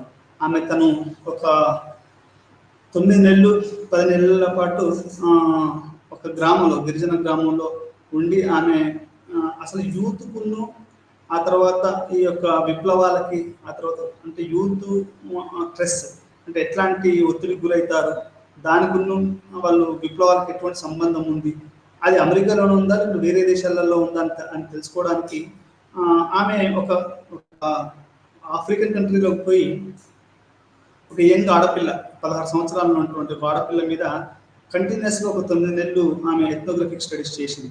ఆమె అనుకున్నది ఏంటి అంటే అది లోపల మళ్ళీ ఒకసారి మాట్లాడుకుందాం ఆమె గురించి మాట్లాడేటప్పుడు. ఆమెకు అనుకున్నది ఏంటి అంటే, ఈ స్ట్రెస్ అనేది కల్చరల్ కన్స్ట్రక్ట్ అండి.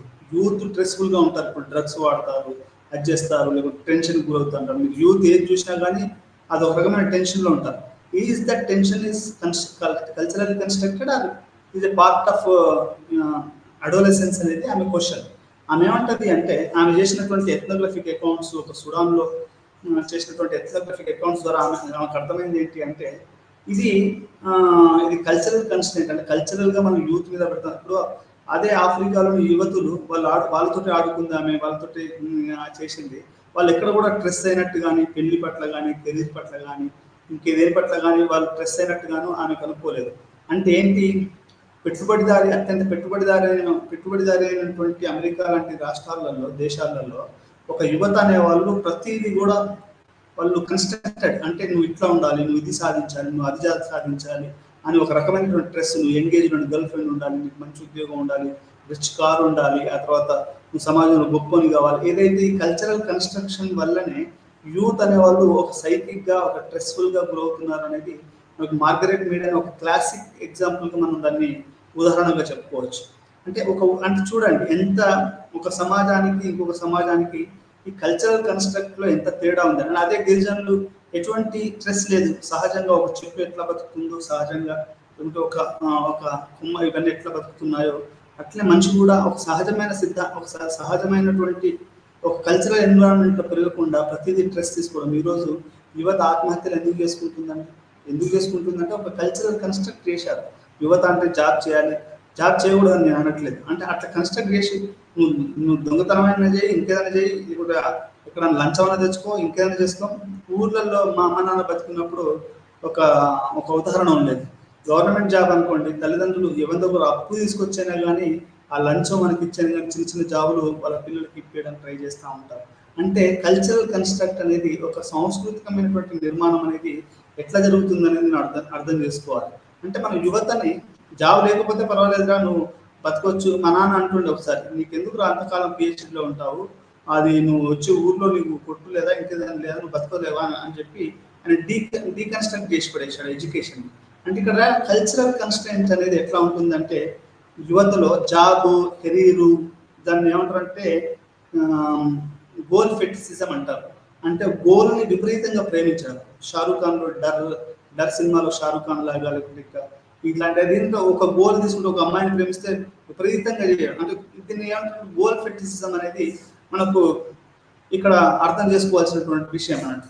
ఈ క్లాసికల్ ఎథ్నోగ్రఫీ అనేది ఇవన్నీ చదివి మనకు అసలు ఏ సమాజం ఎట్లా ఉందనేది తెలుసుకొని ఇది ఎట్లా ఏ సమాజాలలో ఈ కల్చరల్ కన్స్ట్రక్ట్ ఎట్లా జరిగింది అనేది ఒక థిక్ డిస్క్రిప్షన్ ద్వారానే అది సాధ్యమైంది. అది మనం ఏ రకంగా చేసినా కానీ అది మనకు మనకు అది వేరే రకంగా మనకు అర్థం కావడానికి చాలా కష్టం. అంటే అది ఇప్పుడు నేను మార్గరెట్ మీడ్ చేసినటువంటి ఒక అద్భుతమైనటువంటి పరిశోధన అది వేరే వాళ్ళు సరిగ్గా చేయలేకపోవచ్చు. అది మనం ఆమె చేసినటువంటి పరిశోధన ఇప్పటికి కూడా పనికొస్తుంది మనకు.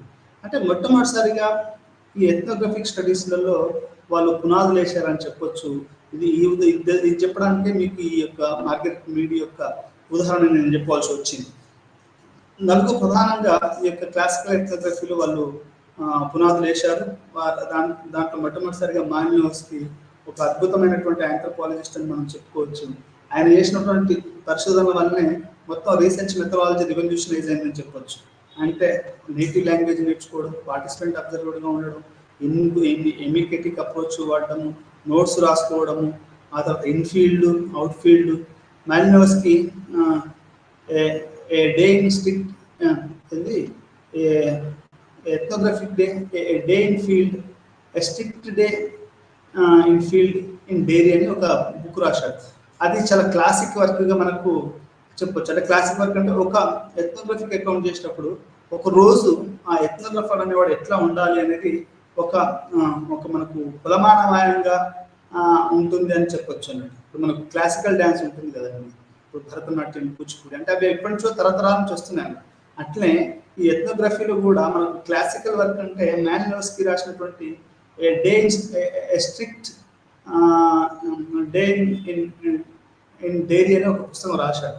ఆ పుస్తకంలో ఒక ఎథ్నోగ్రఫర్ ఉండవలసినటువంటి లక్షణాలు ఏంటి, వాళ్ళు ఎంత మనం కంతిన దాన్ని ఏమంటారు అంటే మనకు మనసావాచ కర్మ అని అంటారు కదా, ఆ రకంగా ఏ రకంగా ఉండాలి, ఒక ఆంథ్రోపాలజిస్ట్ కానీ ఒక సోషియాలజిస్ట్ కానీ ఆ రకంగా ఏ రకంగా ఉండాలనేది మనకు మాలినోవ్స్కీ గారు ఆ పుస్తకంలో రాశారు.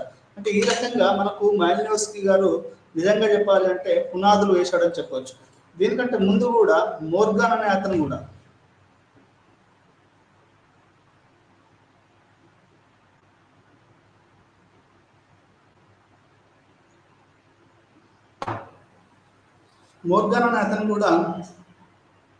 ది సిస్టమిక్ స్ట్రక్చర్స్ అనే ఒక పుస్తకంలో కూడా ఈ యొక్క ఎథ్నోగ్రఫిక్ అకౌంట్స్ కి మనకు పునాదులు వేశాడని చెప్పొచ్చు. ఎందుకంటే మోర్గాన్ రాసినటువంటి పుస్తకాలు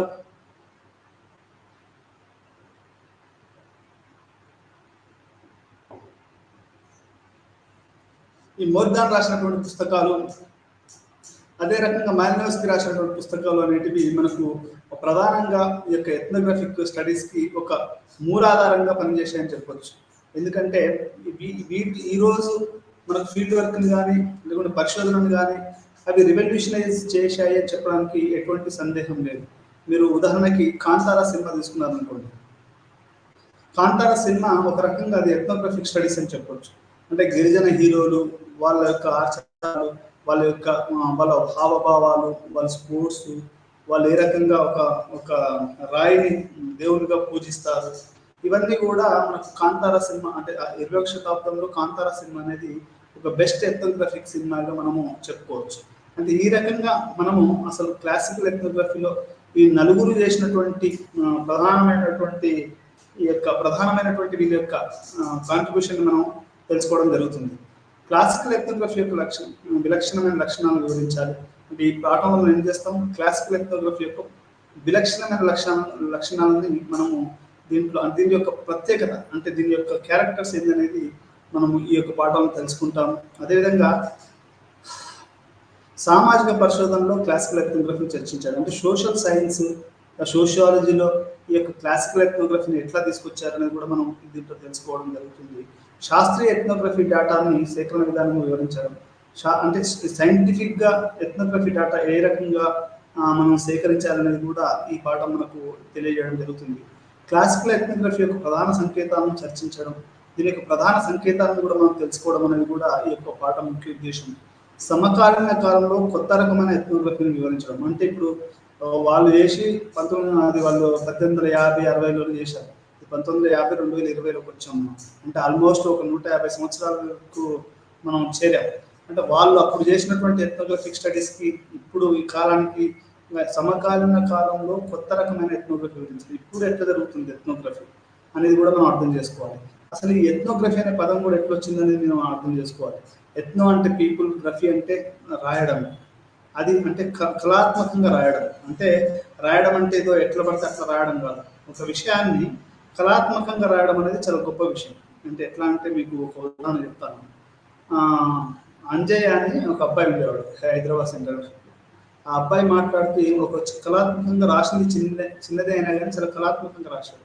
ఎట్లా రాశాడు అంటే, యూనివర్సిటీ అనే విశ్వవిద్యాలయాలు ఒక పరిశ్రమ, కాలుష్యాన్ని విడజల్లే పరిశ్రమలుగా ఉన్నాయి. భూమి కింద కాళ్ళ కింద భూమి మొత్తం తిరిగి గుండ్రంగా ఎగిరిపోతుంది, భూములను ఎగిరిపోతున్నాయని రాసింది కొద్దిగానే, కానీ చాలా చాలా చాలా కవితాత్మకంగా రాశాడు, కళాత్మకంగా రాశాడు. కవితాత్మకంగా కానీ కళాత్మకంగా రాశాడు.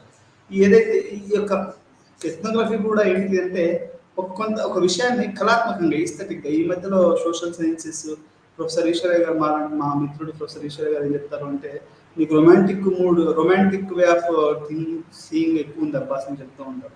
రొమాంటిక్ అంటే ఒక కళాత్మకంగా చూడటం. అంటే మరి అది నాకు వచ్చిన అలవాటు ఏమో అది. ఇప్పుడు మనం ఏదైనా ఒక పాఠాన్ని కానీ, ఒక కవితను కానీ, లేకుంటే ఒక ఎథ్నోగ్రఫిక్ స్టడీస్ మనం చేసేటప్పుడు మనం కొంత కళాత్మకంగా ఉండకపోతే అది మనకేమవుతుంది అంటే అది ఎవరు చదవరండి. ఒక సినిమానైనా కానీ, మనం రాసిందైనా కానీ, మనం కళాత్మకంగా నిజంగా ఒక దాని గురించి రాయకపోతే అప్పుడు ఏమవుతుంది అంటే అది ఎవరు చదవరు.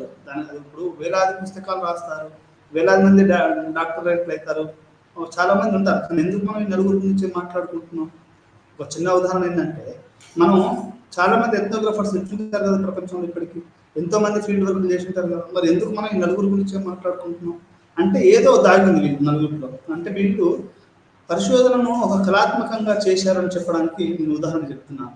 ఎథ్నోగ్రఫీ అంటే ఎథ్నో పీపుల్, గ్రఫీ అంటే రాయడం అంటే ఏదో మామూలుగా ఉన్నాడు, పోయాడు, వచ్చాడు అట్లా కాకుండా ఒక కళాత్మకంగా వివరించడం. వాళ్ళు ముక్కుపుడుగా పెట్టుకుంటే దాని ఒక కవిలో కళాత్మకంగా రాయడం.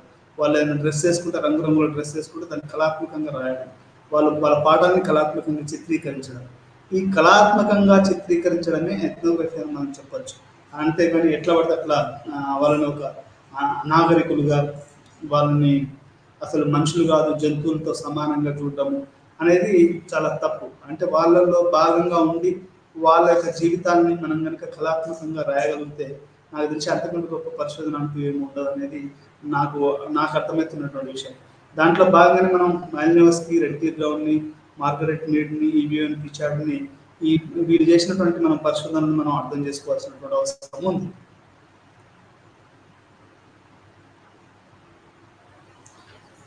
మాలినోవ్స్కీ ప్రకారం ఎథ్నోగ్రఫీ యొక్క లక్ష్యం స్థానిక దృక్కోణాన్ని గ్రహించడం. అంటే నేటివ్ పాయింట్ ఆఫ్ వ్యూని మనం తెలుసుకోవడం అనేది మాలినోవ్స్కీ యొక్క ప్రకారం ఈ యొక్క ఎథ్నోగ్రఫీ యొక్క ముఖ్య ప్రధాన ఉద్దేశం.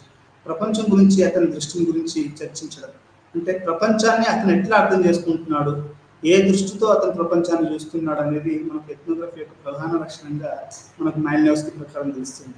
మూలాధార స్థాయిలో ఎథ్నోగ్రఫీ 2 పదాలు కలిగి ఉంటుంది. ఎథ్నో అంటే ప్రజలు, గ్రఫీ అంటే మనకు రాయడం, కళాత్మకంగా రాయడం. అంటే వ్యక్తులకు సుందరమైన వివరణ అనేది ఎట్లా ఉండాలి అంటే సుందరంగా ఉండాలి.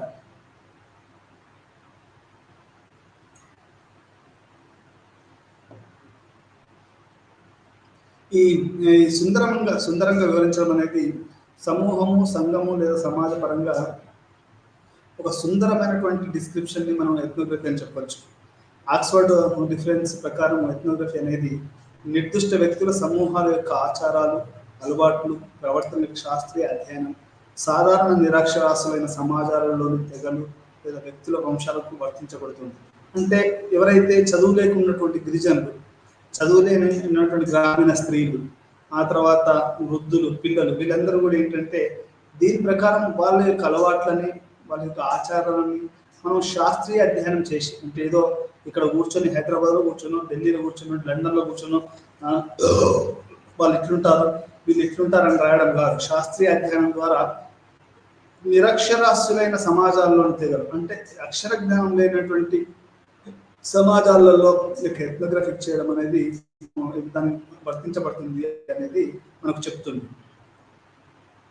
మెరియం వెబ్స్టర్స్ ఈ అధ్యయనం క్రమబద్ధమైనది. మానవ సంస్కృతుల రికార్డింగ్ కూడా అటువంటి పరిశోధన నుండి ఉత్పత్తి చేయబడిన ఒక వివరణాత్మక రచన. అంటే ఒక క్రమబద్ధమైనటువంటి అధ్యయనము, మానవ సంస్కృతుల రికార్డింగ్ అనేది ఈ యొక్క పరిశోధనలో ఇది మనకు అర్థమవుతుందని చెప్పుకోవచ్చు. ఎథ్నోగ్రఫీని అర్థం చేసుకోవడం మనం నిర్వచించడం, అంటే అసలు ఎథ్నోగ్రఫీని ఎట్లా అర్థం చేసుకోవాలనేది కూడా మనం ఈరోజు పాఠంలో తెలుసుకుందాం. ఎథ్నోగ్రఫీని అర్థం చేసుకుంటే మనం మొత్తం అసలు ఎథ్నోగ్రఫీ అనే ఒక ఎథ్నోగ్రఫిక్ అకౌంట్స్ మనం తెలుసుకోవచ్చు అనేది కూడా అర్థం చేసుకోవాలి.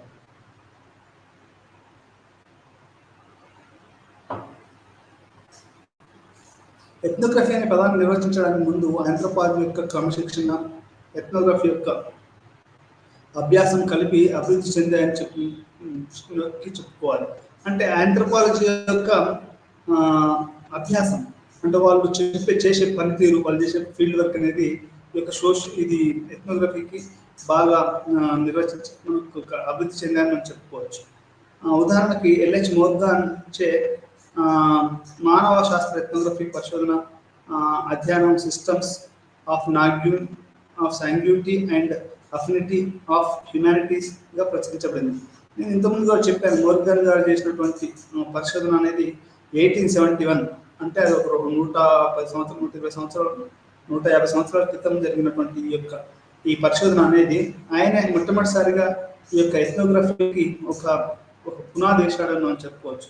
1885లో మరియు 1930లో పసిఫిక్ రంగంలో ఉన్న క్వాకియార్డ్ సొసైటీ అధ్యయనం ఫ్రాంజోయార్డ్ ద్వారా సామాజిక గతిశీలతను అర్థం చేసుకోవడానికి social organisation and its secret society of Indians, ethnology of క్వాక్యులేట్ మరియు పురాణాల్లో ప్రతిబింబించిన సంస్కృతులు, రూత్ బెనెడిక్ట్ సెక్స్ అండ్ ఇట్లాంటి sex and intimacy of society, ఇవన్నీ కూడా ఇవి ఒక క్లాసిక్ ఎథ్నోగ్రఫిక్ వర్క్స్గా చెప్పవచ్చు. అంటే ఏది తీసుకున్నా కానీ అందులో కొన్ని పుస్తకాలు ఉంటాయి. ఇప్పుడు మార్క్సిజం తీసుకున్న కొన్ని క్లాసిక్ వర్క్స్ అంటే మనకు ఎథ్నోగ్రఫికల్గా తీసుకుంటే మోర్గాను, ఆ తర్వాత ఎవరు మన రూత్ బెనెడిక్ట్, ఆ తర్వాత మార్గరెట్ మీడ్, వీళ్ళు రాసినటువంటి ఈ పుస్తకాల బంధుత్వానికి వీళ్ళ గురించి రాసినటువంటి ఇవి ప్రధానంగా ఇవి classical works with in the ethnography అనేది మనం ఇక్కడ అర్థం చేసుకోవాల్సినటువంటి విషయం. క్లాసికల్ ఎథ్నోగ్రఫీ కీలక సంకేతాలు, అంటే దీంట్లో క్లాసికల్ ఎథ్నోగ్రఫీలో ఎటువంటి కీలక సంకేతాలు ఉంటాయి అనేది కూడా మనం ఇక్కడ తెలుసుకోవాలి. దాని నిర్వచన అంశంలో ఇది సాంఘిక శాస్త్ర పరిశోధనలో క్లాసికల్ ఎథ్నోగ్రఫీని గుర్తించే ప్రక్రియలో ఉంది. ఎథ్నోగ్రాఫిక్ క్లాసికల్ అనేది ఒక గుణాత్మక పరిశోధన పద్ధతి అని స్పష్టమవుతుంది. గుణాత్మక అంటే ఇంగ్లీష్లో ఏమంటారంటే క్వాలిటేటివ్ రీసెర్చ్. క్వాలిటేటివ్ రీసెర్చ్ అని చెప్పొచ్చు, క్వాంటిటేటివ్ రీసెర్చ్ కాదు. It is ethnography is a qualitative research అనేది మనం ఇక్కడ అర్థం చేసుకోవాలి. అంటే మనం ఒక లెక్కలు చేయడము, లేకుంటే దాన్ని ట్యాబ్లింగ్ చేయడము, ఎస్పీఎస్ఎస్ వాడటము, ఇది కాదు. అది వేరు ఆ పరిశోధన. ఇది గుణాత్మక పరిశోధనను, గుణాత్మక అంటే దాని డిస్క్రిప్టివ్, అంటే ఇట్స్ క్వాలిటేటివ్ రీసెర్చ్ అనేది మనకు ఎథ్నోగ్రఫీ అర్థం చేసుకోవాలి. పరిశోధకుడు వ్యక్తిగతంగా ఒక సామాజిక సెట్టింగ్ స్థానంలో పరిశీలిస్తాడు. అంటే ఒక వ్యక్తిగతంగా ఒక సెట్టింగ్ ఉంటుంది, అనే విలేజ్ అనేది ఒక సెట్టింగ్ అనుకోండి, దాన్ని పరిశీలిస్తాడు. ఒక అర్బన్ సిటీ ఉందనుకోండి, ఒక స్లమ్మే ఉందనుకోండి, ఉదాహరణకి స్లమ్ అనేది ఒక సెట్టింగ్. లేకపోతే ఇప్పుడు నేను ఉన్నటువంటి బౌద్ధ నగర్ ఉందనుకోండి, అది మిడిల్ క్లాస్ సొసైటీ, అది ఒక సెట్టింగ్. అంటే ఒక సెట్టింగ్లో ఒక పరిశోధకుడు తన యొక్క ఫీల్డ్ వర్క్ అనేది చేస్తాడు.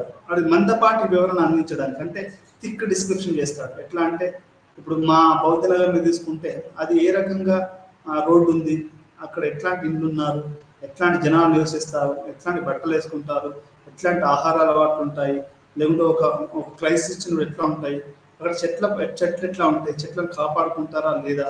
దీన్ని కనుక మనం మందపాటి డిస్క్రిప్షన్, అంటే వాళ్ళు దీన్ని కానీ మనం థిక్గా డిస్క్రిప్షన్ చేస్తే అది మనకు ఆ సెట్టింగ్ అని మనం దాన్ని చెప్పొచ్చు. అంటే రూరల్ సెట్టింగ్ తీసుకుంటున్నావా, లేకపోతే అర్బన్ సెట్టింగ్ తీసుకుంటున్నావా, విలేజ్ తీసుకుంటున్నావా, స్లమ్ తీసుకుంటున్నావా, నువ్వు ఏం తీసుకుంటున్నావు అనేది ఇక్కడ మనం అర్థం చేసుకోవాల్సినటువంటి విషయం. సామాజిక శాస్త్ర మానవ శాస్త్ర విచారణ ప్రక్రియ ఫీల్డ్ వర్క్ డైరీ మరియు ఫీల్డ్ వర్క్ నోట్ వంటి పదాలతో సమానంగా ఉంటుంది. అంటే field work diary, field work notes అనేది ఫీల్డ్ వర్క్ డైరీ అంటే ఒక రకంగా ఆత్మాశ్రమంతో అంటే సబ్జెక్టివ్ ఎక్స్పీరియన్స్ అని చెప్పుకోవచ్చు. ఫీల్డ్ వర్క్ నోట్స్ అంటే అది మనకు ఎథనోగ్రఫిక్ అకౌంట్ అని కూడా మనం చెప్పుకోవచ్చు. మరియు ఇతరుల ప్రకారము ఎథనోగ్రఫిక్ సాంప్రదాయాలు భాగస్వామ్య పరిశీలన ఆధారంగా ప్రత్యేకంగా కాకపోయినా ఒక నిర్దిష్ట సామాజిక లేదా సాంస్కృతిక నేపథ్యం యొక్క మొదటి చేతి అనుభవం మరియు అన్వేషకుడు కట్టుబడి ఉంటాయి. అంటే ఈ ఎథనోగ్రఫిక్ అకౌంట్స్ అనేటివి ఒక నిర్దిష్ట సామాజిక లేదా సాంస్కృతిక నేపథ్యం యొక్క ఫస్ట్ హ్యాండ్ ఎక్స్పీరియన్స్ అని మనం చెప్పుకోవచ్చు. ఈ విధంగా ఫీల్డ్ వర్క్ అనేది ఎథనోగ్రఫిక్లో క్లాసికల్ మరియు కాంటెంపరీ రెండు డేటా సేకరణకు సంబంధించిన విచారణ యొక్క ముఖ్యమైన విధానం. అంటే ఈ ఫీల్డ్ వర్క్ అనేది క్లాసికల్ మరియు కాంటెంపరీ రెండు రకాలుగా మనకు డేటా సేకరణ జరుగుతుంది అనేది మనకు ఇక్కడ అర్థం చేసుకోవాల్సిన అవసరం ఉంది. ఈ యూనిట్లో మనం కుల రింగ్ను అధ్యయనం చేస్తున్నప్పుడు మానవ శాస్త్ర అన్వేషణలో మాన్యువల్స్కి ఒక విధంగా ఫీల్డ్ వర్క్ అనే పదాన్ని ఎలా ప్రారంభించారో తెలుసుకుంటారు. అంటే ఈ యొక్క మాన్యువల్స్కి ఈ ఫీల్డ్ ఎట్లా చేయాలి, థిక్ డిస్క్రిప్షన్ ఎట్లా చేయాలి అనే దాని గురించి తెలుసుకోవాలంటే మనం మాన్యువల్స్కి మన ఫాదర్ ఆఫ్ ఒక రకంగా ఎథనోగ్రఫీ అని చెప్పొచ్చు. ఇది పార్టిసిపేట్ అబ్జర్వేషన్ అంటే పరిశీలనల సమయంలో కార్యక్రమాలలో పాల్గొన్నప్పుడు నువ్వు ఒక గ్రూప్ గురించి చదువుతున్నావు, వాళ్ళు ఉదాహరణకి వేటకెళ్తే నువ్వు కూడా వాళ్ళతో వేటకి వెళ్ళడం, లేదు అంటే నువ్వు ఏదైనా చేస్తున్నావు అంటే నువ్వు కూడా వాళ్ళతో ఆ పని చేయడాన్ని మనం అబ్జర్వేషన్ మనం చెప్పవచ్చు. అనేది సాధారణంగా మానవ శాస్త్ర అధ్యయనానికి మరియు ఎథనోగ్రఫీకి కీలకం అని చెప్పచ్చు. ఈ పార్టిసిపెంట్ అబ్జర్వేషన్ ఇప్పుడు నువ్వు కోయల ఊర్లో బొడ్డుగూడెం విలేజ్లో నువ్వు రీసెర్చ్ చేస్తే వాళ్ళు వేటకెళ్తే నువ్వు వేటకెళ్ళాలి, వాళ్ళు కళ్ళు తాగుతూ నువ్వు కళ్ళు తాగాలి, వాళ్ళు విపసార తాగుతారు నువ్వు విపసార తాగలిగాలి. ఇది ఎథనోగ్రఫిక్ అంటే పార్టిసిపెంట్ అబ్జర్వేషన్ అనేది ఈ ఎథనోగ్రఫిక్ స్టడీస్ లో చాలా ప్రధానంగా మనం ఉంది అని చెప్పుకోవచ్చు.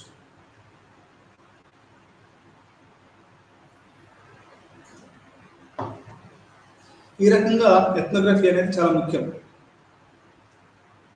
The Andaman islanders or Radcliffe Brown అంటే ది అండమాన్ ఐలాండర్స్ స్టడీ అయిన ఆంథ్రోపాలజీలో రాడిక్లిఫ్ బ్రౌన్ సామాజిక సంస్థలను అర్థం చేసుకోవడానికి 1906 నుండి 1908 సంవత్సరాల అండమాన్ దీవుల్లో నిర్వహించిన మానవ శాస్త్ర పరిశోధన ఫలితం. ఈయన ఏం చేస్తున్నాడు అంటే ఈ రాడిక్లిఫ్ బ్రౌన్ అనే అతను అండమాన్లో ఒక పరిశోధన చేశాడు. ఈయన ఏమంటాడు అంటే ఈ మనిషి యొక్క వస్తువుల యొక్క మారక విలువను లేకపోతే దానికి ఉన్నటువంటి ఒక ఎకనామిక్ అదైతే ఉందో దాన్ని తీసేస్తున్నారు, దాన్ని ఒక ఎక్స్చేంజ్ లాగా వాడుతున్నారు అనేది మనకు రాడిక్లిఫ్ బ్రౌన్ అండమాన్ నికోబార్ దాంట్లో జరిగిన పరిశోధనలు చెప్తున్నాడు. అతను ఏం చెప్తున్నాడు, అతను ఒక సంస్థ యొక్క సమగ్ర పనితీరును పరిశీలించాడు. తెగ యొక్క సామాజిక సంస్థను అధ్యయనం చేస్తున్నప్పుడు అతను గ్రేట్ అండమాన్ మరియు లిటిల్ అండమాన్ అని పిలువబడే రెండు విభాగాలను వారసత్వ విలక్షణ అంశాలను కలిగి ఉన్నాడు. అంటే ఏంటంటే వీళ్ళు ఒక ఎక్స్చేంజ్ లాగా వాళ్ళు వాడుతున్నారు అనేది. అంటే ఉమెన్ని ఫర్ ఎగ్జాంపుల్ వాళ్ళ పిల్లలు వీళ్ళకి ఇవ్వడం, వీళ్ళ పిల్లలు వాళ్ళకి ఇవ్వడము, ఆ బంధుత్వాలు కలుపుకోవడము. అయితే ఏదైతే ఎకనామిక్ వాల్యూ ఉందో కొన్ని వస్తువులకి కొన్ని వాటిని కూడా స్ట్రిప్ ఆఫ్ చేశారు, అంటే దాన్ని మొత్తం తీసేసి ఒక ఎక్స్చేంజ్ వాల్యూ లాగా దాన్ని జరిగారు అనేది మనకు Radcliffe brown the Andaman Nicobars దాంట్లో అతను చెప్పడం జరిగింది.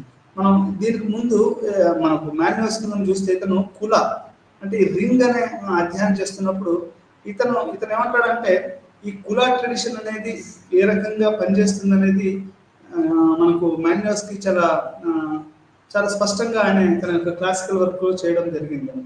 అదేవిధంగా ఇతనేమో ఏ రకంగా ఎక్స్చేంజ్ ఉంటుంది అంటే ఇప్పుడు కోయలు ఉన్నారు, గోండ్లకు అమ్మాయిని ఇస్తారా, ఇప్పుడు గోండోలు కోయలకు ఇస్తారా, ఇప్పుడు గుత్తి కోయలకు ఇస్తారా, ఈ వీళ్ళ మధ్యలో ఎక్స్చేంజ్ ఎట్లా జరుగుతుంది, ఇది ఏ రకంగా జరుగుతుంది అనేది కూడా మనం కనుక చూస్తే ఇవి రకరకాల గ్రూపులు రకరకాలుగా చేస్తూ ఉంటారు అనేది మనం ఇక్కడ అర్థం చేసుకోవాలి. అంటే ఈ ఎక్స్చేంజ్ అనేది మనకు రాడిక్లిఫ్ బ్రౌన్ గారు ఏం చెప్తారు అంటే దిస్ అండమాన్ నికోబార్ దీవుల్లో ఉన్నటువంటి గిరిజనులు ఈ ఎకనామిక్ దాన్ని స్ట్రిప్ ఆఫ్ చేశారు అనేది వాళ్ళు చెప్తా ఉన్నారు. ఆ రకంగా వాళ్ళు దానికి ఉన్నటువంటి ఒక ఎక్స్చేంజ్ వాల్యూని అంటే బ్రైడ్ గివింగ్, బ్రైడ్ టేకింగ్, అంటే అమ్మాయిని ఇప్పుడు మనకు కన్యాదానం అంటారు, మీరు గిరీషన్ది కన్యాశుల్కం చదివి ఉంటారు.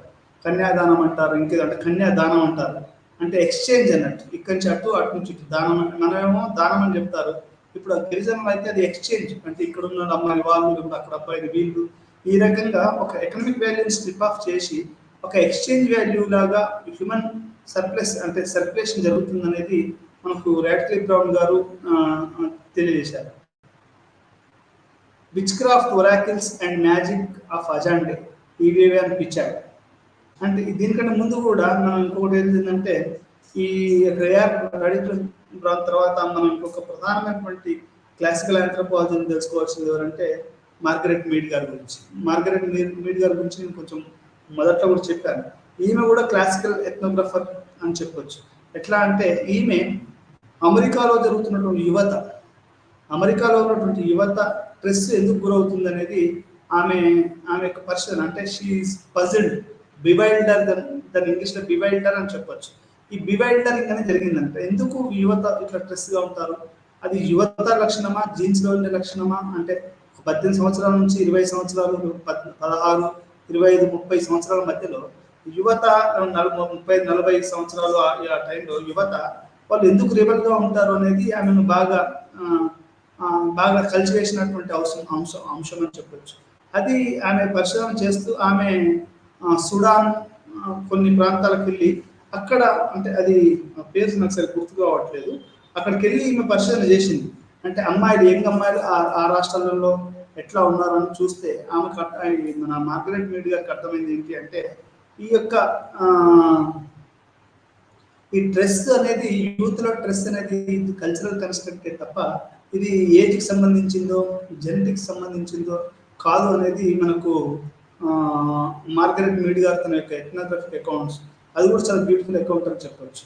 ఇంకా మూడోది విచ్ క్రాఫ్ట్ ఒరాకిల్స్ అండ్ అజాండే ద్వారా ఈవిఎన్ పిచార్డ్ ఏం చెప్తున్నారు అంటే ఎథ్నోగ్రఫిక్ అనే అన్వేషణలు అతను ఇప్పుడు దక్షిణ సుడాన్లో నిజాండే మరియు నూరాలో చేసిన ఫీల్డ్ వర్క్ ఆధారపడి ఉన్నాయి. పూర్వం ముఖ్యంగా Anglo Egyptians, Sudan, French, Ecuador, Africa మరియు వాళ్ళ వలస రాజ్యాల భూభాగాల్లో వసించి సెంట్రల్ ఆఫ్రికా ప్రజలు. తదనంతరం ఈ పరిశోధనలు విచ్ క్రాఫ్ట్, ఒరాకిల్స్, మ్యాజిక్ అనే దాని మీద ప్రచురించబడ్డాయి. ఇది కఠినమైన మరి అత్యుత్తమ పరిశీలన నైపుణ్యాలతో ప్రసిద్ధ మానవ శాస్త్రవేత్తగా చేసింది. అంటే ఈవిఎన్ పిచార్డ్ ఏమంటాడు అంటే, నాకు కూడా ఇది చదివినప్పుడు కొంచెం ఆశ్చర్యం వేసింది.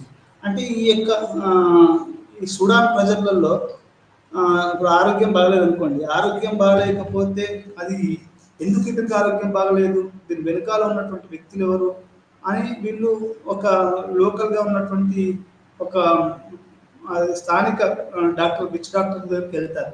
అతను ఏం చేస్తాడు, అతను కళ్ళు మూసుకొని కొంచెం సేపు దేవుని ఊనుతాడు. దేవుని ఊని అసలు ఏం ఊహిస్తాడు అన్నట్టు, ఏం జరిగి ఉంటుంది అనేది ఒక టెలిపతి లాగా అతను ఊహిస్తాడు.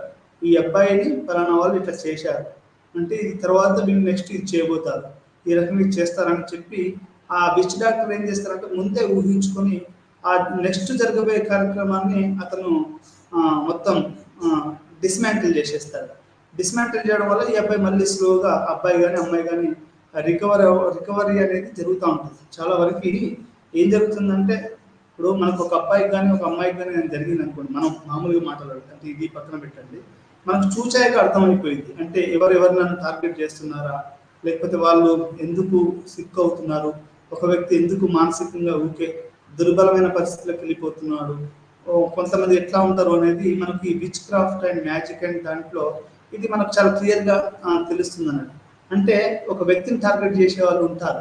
ఇప్పుడు ఆయన ఏమంటాడు అంటే, ఈవిఎన్ పిచార్డ్ ఏమంటాడు అంటే, ఈ గిరిజన గ్రామాలు ఏమంటున్నారు అంటే వ్యక్తికి స్వతహాగానే, కొంతమంది వ్యక్తులకి స్వతహాగానే ఈ యొక్క విచ్ క్రాఫ్ట్ చేసే ఈ యొక్క ఆలోచనలు, ఆ తర్వాత పక్క మనిషిని హాని చేయాలి అనే ఆరోగ్యపరంగా, సామాజిక పరంగా, లేకపోతే సాంఘిక పరంగా, ఏ రకంగా వ్యక్తిగతమైనటువంటి మన హాని చేయాలనే ఒక ఉద్దేశం human being inherently has the quality of which crafting అనేది ఈవిఎన్ పిచార్డ్ గారు మనకు చెప్తున్నారు. అంటే గిరిజనులు ఏం భావిస్తారంటే, కొంతమంది ఇక అదే పని, వానికి ఏం పని ఉండదు, పాటు ఉండదు, వేరే వాళ్ళను సైకలాజికల్గానో, ఆర్థికంగానో, రాజకీయంగానో, మానసికంగా దెబ్బతీయడం అనేదే వాళ్ళ పని అన్నట్టు.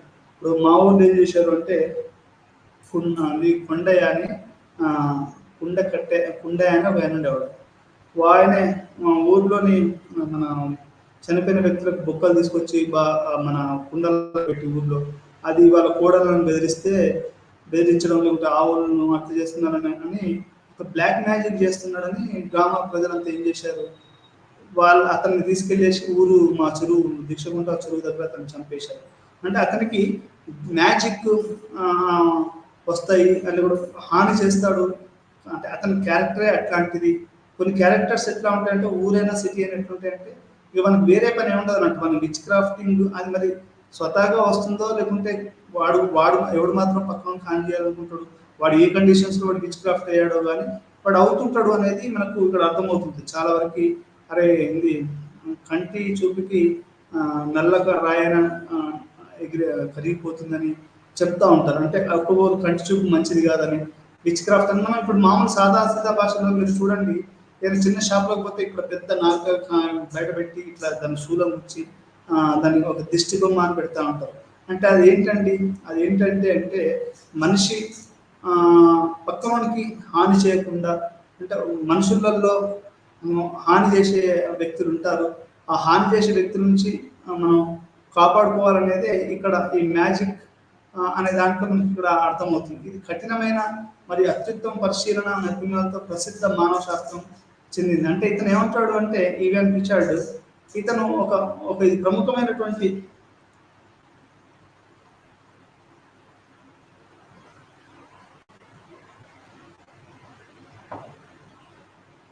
ఈవెన్ రిచర్డ్ చేసినటువంటి మ్యాజిక్ విచ్ క్రాఫ్ట్ ర్యాకిల్ అనే పుస్తకం నాకు తెలిసి ఇది ఒక అత్యుత్తమ పరిశోధన నైపుణ్యాలతో ఇది ప్రసిద్ధి చెందిందని చెప్పొచ్చు. మనకు ఒక నవల వచ్చింది ఎండమూరి వీరేంద్రనాథ్ తులసి దళం, అది పిచ్చిగా అమ్ముడుపోయింది, ఆ సినిమాకి కూడా వచ్చింది.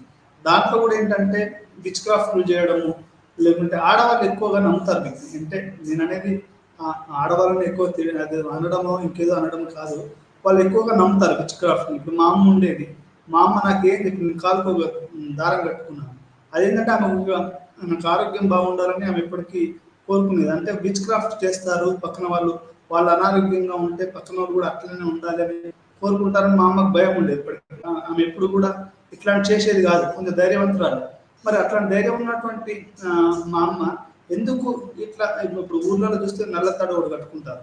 అంటే ఏంటి అంటే దాని ఉద్దేశం ఏంటి అంటే ఇక్కడ వాళ్ళు విచ్ క్రాఫ్ట్ చేస్తారు, అంటే నేను మాయా మంత్రాలతోటి అట్లా చేస్తారు అనేది వాళ్ళ నమ్మకం. అంటే గ్రామీణ ప్రాంతాలలో నాన్ లిటరేట్ కుటుంబాలు, ఇప్పుడు సిటీలలో కూడా వచ్చింది అనుకోండి, చదువుకున్న వాళ్ళు వేసుకుంటున్నారు, అందరు వేసుకుంటున్నారు. అయితే ఏదేమైనా ఇక్కడ విషయం ఏంటి అంటే ఈ యొక్క విచ్ క్రాఫ్టింగ్ అనేది ఈ గిరిజనులు ఎట్లా ఉంటుంది, కొంతమంది స్వతహాగానే ఈ విచ్ క్రాఫ్టింగ్ చేసే వాళ్ళకు అలవాటు ఉంటుంది. ఇప్పుడు వశీకరణం అంటారు.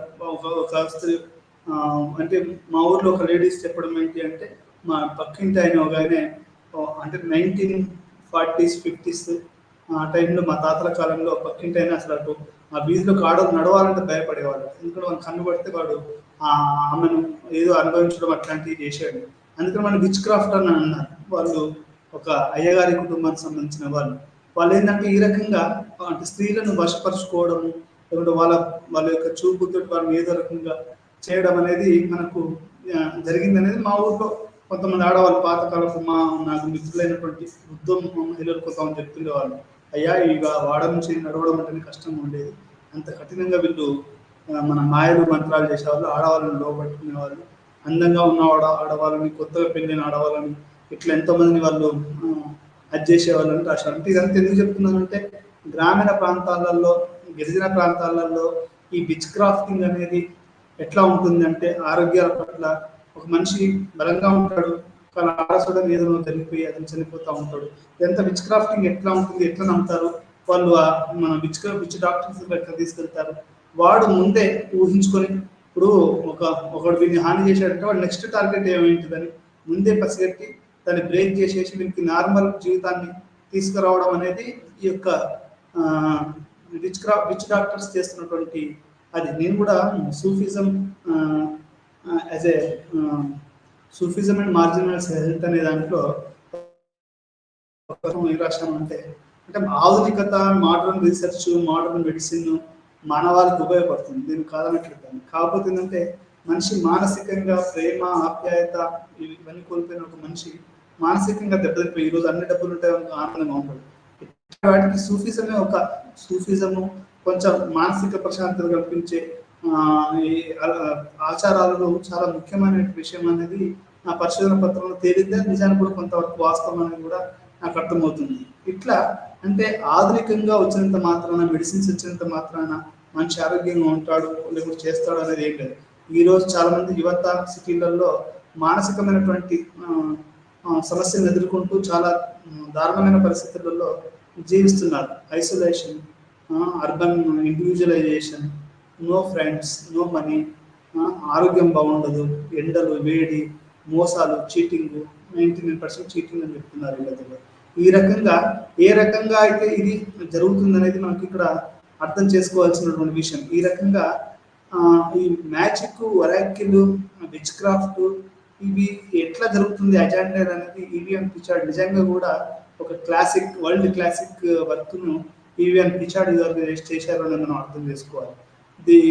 ది న్యూగా ప్రచురించబడ్డది. ఆయన ఏమన్నా witchcraft, oracles and magic of the అజాండేగా 1937లో ఆయన తన ఒక ప్రామాణికమైనటువంటి పుస్తకం, అంటే క్లాసికల్ ఎథనోగ్రఫీలో ఒక ప్రామాణికమైన పుస్తకంగా 1937లో ఈ పుస్తకం ప్రచురమైంది. అదేవిధంగా ది న్యూర్ అనేది కూడా 1940లో కూడా ఇది ఒక ప్రముఖంగా ప్రచురించబడ్డది. మనం ఇప్పటికీ తెలంగాణ గ్రామీణ ప్రాంతాలలో ఈ మధ్యలో వినబడట్లేదు, కానీ మనకు విచ్ క్రాఫ్ట్, ఒరాకిల్స్, మ్యాజిక్, అజాండ్ ఇట్లాంటివన్నీ కూడా మనకు మెదక్ జిల్లాలో ఎక్కువగా ఉన్నాయని, ఎందుకంటే అక్కడ అభివృద్ధి ఉండదు, వెనుకబడతనం ఉంది. ఈ ప్రతిదీ కూడా ఈ చేతబడులు, ఆ తర్వాత దయ్యాలు మొదలించేవాళ్ళు అక్కడ రాస్తూ ఉంటారు కదా. మనకి ఏమంటారు అంటే విచ్ డాక్టర్ అని, లేకపోతే ఇంకొక పదం ఉంది నాకు గుర్తుకు రావట్లేదు. అంటే నేను మానసికంగా చేసేవాళ్ళు ఏదో అంటే అనేది ఈ సిటీలలో కూడా ఉంటుంది. అంటే చేతబడులు, నమ్మకాలు, ఓవర్ నమ్మకాలు ఇవన్నీ కూడా మన సిటీలలో ఉంటాయి. ఇది ఏ రకంగా ఉంటుంది అనేది ఒక క్లాసిక్. అంటే ఇప్పుడు మన ఆధునిక ఇప్పుడు ఎండమూరి వీరేంద్రనాథ్కి నేనేమంటాను అంటే ఎండమూరి వీరేంద్రనాథ్ కానీ సస్పెన్స్ నవల కానీ చాలా వరకు ఈ యొక్క విచ్ క్రాఫ్ట్, దయ్యాలు, చేతబడులు వాటన్నిటికి అసలు నిజంగా ఒక ప్రామాణికమైనటువంటి పుస్తకం ఏమైనా ఉంది అంటే ఈవిఎన్ పిచార్డ్ గారు రాసినటువంటి witchcraft, oracle and magic of Azande అనేది మనకు ఒక ప్రామాణికమైనటువంటి పుస్తకంగా అది చెప్పుకోవచ్చు. ఇప్పుడు మనం ఆధునికంగా 20వ శతాబ్దంలో కూడా మనం వీటి మీద పరిశోధన చేయాలంటే ఈ పుస్తకాన్ని కనుక మనం చదివితే ఆ రోజులలో గిరిజన గ్రామాలలో ఈ యొక్క విచ్ క్రాఫ్ట్ ఎట్లా ఉండేది, ఇట్లా ఒరాకిల్స్ ఎట్లా ఉండేది, విచ్ డాక్టర్స్ ఎట్లా ఉండేవాళ్ళు. ఆంథ్రోపాలజీ వాళ్ళు ఎక్కువగా ఈ గిరిజన గ్రామాలలో ఇల్లిటరేట్ సొసైటీ కాబట్టి ప్రతిదీ కూడా ఈ యొక్క ఇప్పుడు కోయాలలో ఎట్లా ఉంటుందంటే ఎవడైనా చనిపోయాడు అనుకోండి, ఎందుకు చనిపోయాడని వాళ్ళు కనుక వాళ్ళు తేయాలనుకుంటే ఏం చేసినట్టుంటే ఆ శవాన్ని ఇట్లా నలుగురు వేసుకొని ఇట్లా ఊగుతూ ఉంటారు అన్నట్టు. ఊగుతూ ఉండి ఆ శవాన్ని ఇట్లా వేసుకొని ఊగుతూ ఉండి అది ఎటువైపు ఎక్కడ ఆగితే వాడే దానికి కారణం అనేది కోయలు నిర్ధారిస్తారు. అంటే ఎవరి వల్ల వీడు చనిపోయి ఉంటాడు, ఎవరి విచ్ క్రాఫ్ట్ వల్ల వీడు చనిపోయాడు ఉంటాడు అనేది తెలుసుకోవాలంటే వాళ్ళు ఏం చేస్తారంటే ఆ శవాన్ని నలుగురు వేసేసి ఇట్లా ఊగుతూ ఉంటారు.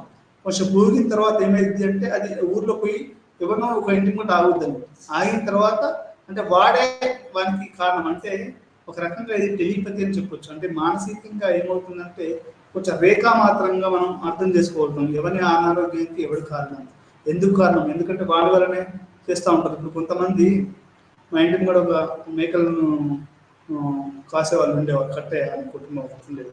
వాళ్ళ ఇంటికి వాళ్ళ మేకలను ఎత్తుకుపోవడం కాక వాళ్ళని టెర్రరైజ్ చేయడానికి ఎవడో అక్కడ కుంకుమ అవన్నీ చల్లి ఆ పేడతోటి ఇంత పెట్టేవాడు.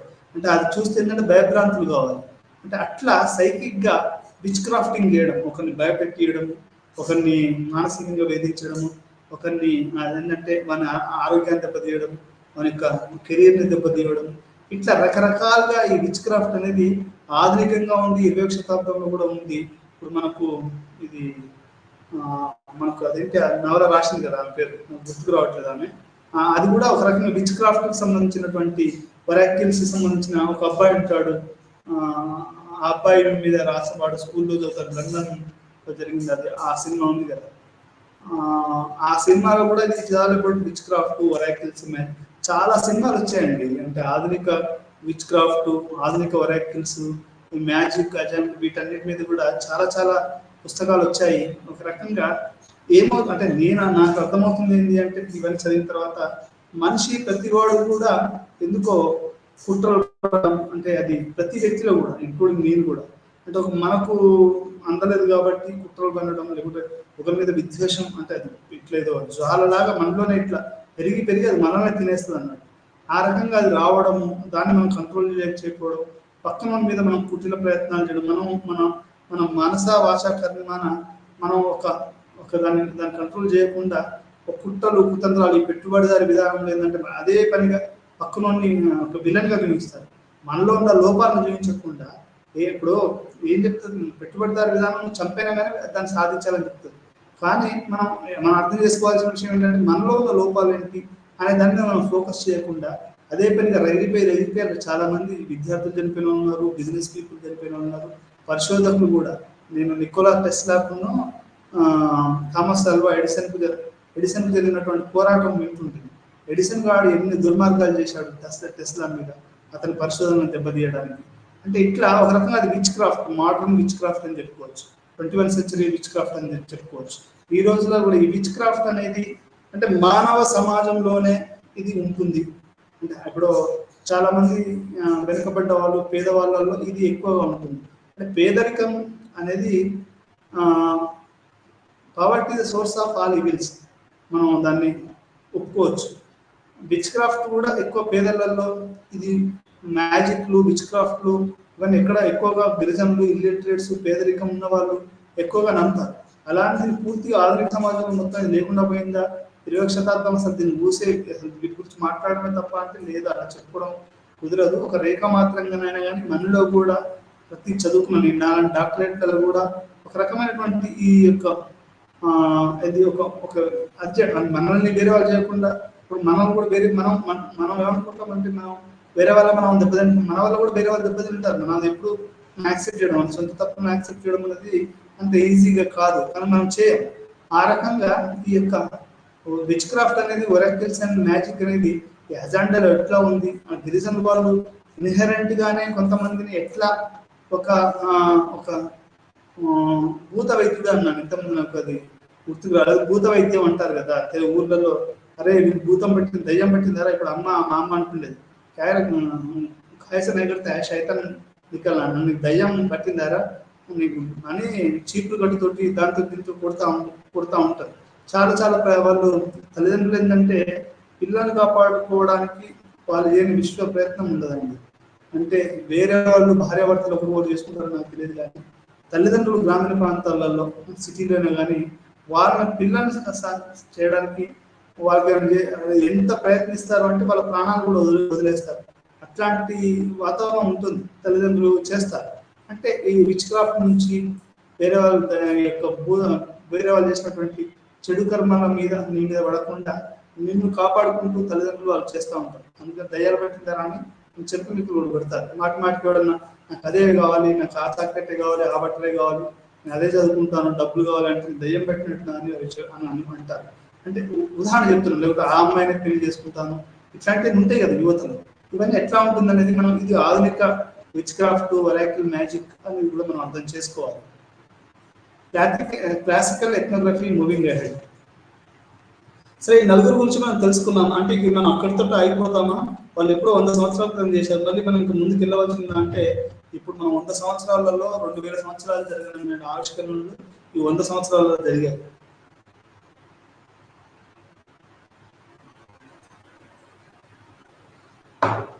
గతానికి ఇప్పటికి తేడా ఏంటంటే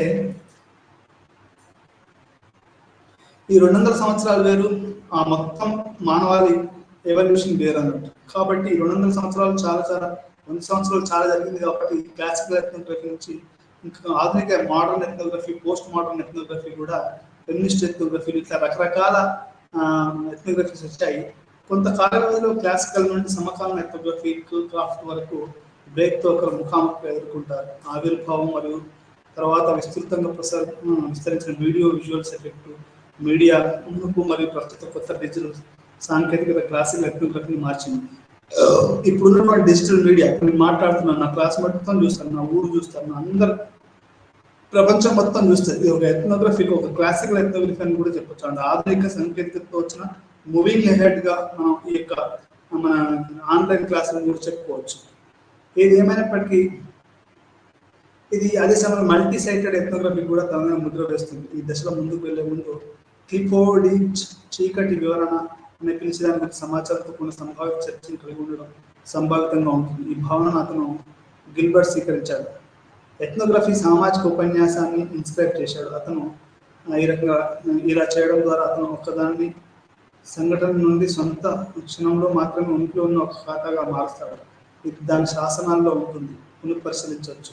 అంటే ఇప్పుడు క్లాసికల్ ఎథ్నోగ్రఫీ నుంచి మోడర్న్ ఎథ్నోగ్రఫీ ఏంటంటే ఇప్పుడు యూట్యూబ్లో ఒకటి మీరు ఓపెన్ చేశారు అనుకోండి, ఎవరు దాన్ని రాజకీయ అది మళ్ళీ ప్లే చేయొచ్చు. అంటే ఆధునిక ఎథ్నోగ్రఫీ మొఘలే ఆజం ఉంది. మొఘలే ఆజం ఎప్పటిదో ఆ సినిమా ఇప్పటికి మనం చూస్తున్నాం. నేను సామ్రాట్ అశోక్ ఆయన ఒక సినిమా చూసాను యూట్యూబ్లో. అశోకుడు కూడా ఒకప్పుడు ఎంపరర్, నాకు అప్పుడే తెలిసింది ఆ సినిమా చూసిన తర్వాత. అంటే ఈ రకంగా మనకు ఇది దాన్ని ఆపడం చేయడం అంటే ఈ యొక్క డిజిటలైజేషన్ వచ్చిన తర్వాత ఎథ్నోగ్రఫీ గ్లోబల్ ఎథ్నోగ్రఫీగా 25 మనకు మారింది అని చెప్పుకోవచ్చు. క్లాసికల్ ఎథ్నోగ్రఫీ నుంచి మొత్తం మారిపోయింది. అంటే మనకు సత్యజిత్ రే సినిమాలు ఉన్నాయి, అఖిల కురసావా సినిమాలు ఉన్నాయి, అబ్బాస్ కిరస్తాని సినిమాలు ఉన్నాయి, హాలీవుడ్ స్పిల్బర్గ్ మూవీస్ ఉన్నాయి. అంటే ఎన్నో కూడా ఇవన్నీ ఒక ఎథ్నోగ్రఫిక్ ఇప్పుడు సినిమా హౌస్ హౌసెస్ అవన్నీ ఒక రకంగా మనం కాపాడి దాన్ని అట్లా పెట్టుకుంటాం. ఇప్పుడు మా మిత్రుడు అనుకుండే కొత్తగా చేరిన రీసెర్చ్ స్కాలర్ ప్రకాశం అబ్బాయి ఎథ్నిక్ డే అని కూడా ఒకటి కాలేజీలలో అది పెడతా ఉంటారు. అంటే ఎథ్నిక్ డే అంటే ఏంటంటే అప్పుడు మన లంబడోళ్ళు వేసుకున్న లంబాడి డ్రెస్, ముస్లిమ్స్ వేసుకున్న ముస్లిం డ్రెస్, దళిత వేసుకున్న దళిత డ్రెస్, అంటే మన తెలుగు వాళ్ళు పంచ రాజశేఖర రెడ్డి ఉన్నప్పుడు మీరు గుర్తుందో లేదా పంచ కట్టి షర్ట్ వేసేవాడు. చంద్రబాబు నాయుడు లాగా ఈ ప్యాంట్ షర్ట్ వేసేవాడు కాదు. అంటే అది ఒక ఎథ్నిక్ డ్రెస్ లాగా ఉంటుంది. ఒక విపరీతమైనటువంటి క్రేజింగ్ తీసుకొచ్చుకున్నాడు రాజశేఖర రెడ్డి. ఒక దేశంలోనే ఒక బలమైనటువంటి నాయకునిగా, అది ఒక ప్రపంచంలో అప్పుడు అంటే నాకు తెలిసి ఆ రోజులలో అత్యంత బలవంతమైన నాయకునిగా వైఎస్ రాజశేఖర రెడ్డి గారు ఉన్నారు. నాకు తెలిసి అతను చేసినటువంటి ఎథ్నిక్ డ్రెస్ కూడా ఒక కారణమైన నేను భావిస్తున్నాను. ఎందుకంటే ప్రజలు ఊర్లలో ప్యాంట్ షర్ట్ లేరు, అంటే వాళ్ళు పంచాది కట్టుకుంటారు. అంటే గ్రామీణ వాతావరణాన్ని తెలుగు చిక్కదనాన్ని తెలుగు తమిళ్ ఎట్లయితే లింగి కింది కట్టుకుంటారో మన తెలుగు వాళ్ళు పంచ కట్టుకుంటారు. ఈ పంచ అనేది రాజశేఖర రెడ్డి గారు కట్టడం జరిగింది. దానివల్ల కూడా అది ఎథ్నిక్ డే అనేది మనం ఒక ఎథ్నిక్ ఫీల్ను రాజశేఖర రెడ్డి తీసుకురాగలిగాడు. అంటే ఈ రకంగా క్లాసికల్ ఎథ్నోగ్రఫీ అనేది మనకు ఎథ్నోగ్రఫీ అనేది మనకు అది ఆ రకంగా మనం అంటూ మనం మానవ రూపంలో చూడాలి అంటే రాజశేఖర రెడ్డి రూపంలో ఆ తెలుగు ఎథ్నిక్ ఎట్లా ఉంటుంది అనేది మనం చూడవచ్చు. 20వ శతాబ్దంలో కూడా ఇది పూర్తిగా మారిపోయింది. అది ఎట్లా అయిపోయింది అంటే డిజిటల్ యుగం రావడంతో మల్టీ సైటెడ్. ఇప్పుడు మనం ఒక ఆర్టికల్ నేను ఆ మధ్యలో చూస్తుంటాను, ఒక అది చూస్తుంటాను. ఏంటి అంటే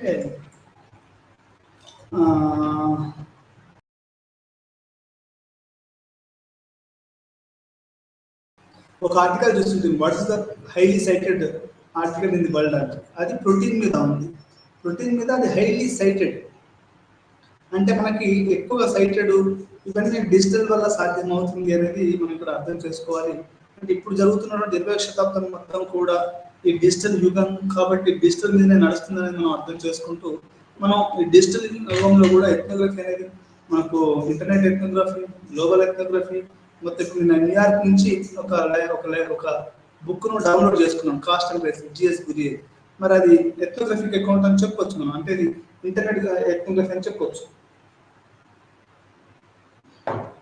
మైకేల్ జాక్సన్ చూస్తున్నాం. అంటే మీడియా అనేది కంప్లీట్ గా సమాజాన్ని మార్చేసింది. మనం చూపులు మొత్తం మార్చేసింది. వాట్సాప్లో మనం ఒకసారి వాట్సాప్ ఇమేజ్ పెడుతున్నాం అంటే మొత్తం దేశం మొత్తం చూస్తుంది. ఈ రకంగా మనకి ఎథ్నోగ్రఫీ అనేది మొత్తం మారిపోయింది. అంటే మనం ముందుకు వెళ్తున్నాము. క్లాసికల్ ఎథ్నోగ్రఫీ నలుగురు చేసిందే కాకుండా ఈ ఎథ్నోగ్రఫీ అనేది ఇంకా ముందుకెళ్తుంది, కొత్త రూపాలు తీసుకుంటుందని చెప్తూ ఎథ్నోగ్రఫీ అనేది ఒక విప్లవం అని మనం అర్థం చేసుకుంటూ ఈ విప్లవాన్ని ఎథ్నోగ్రఫీ ఒక మెథడ్గా వాడి ఈ విప్లవాన్ని ముందుకు తీసుకోవాల్సిన బాధ్యత వచ్చే నవ పరిశోధకులకు ఉందని భావిస్తూ ఈ పాఠం ఇంతటితో ముగిస్తున్నాను. మరో పాఠంలో మళ్ళీ కలుద్దాం. నమస్కారం.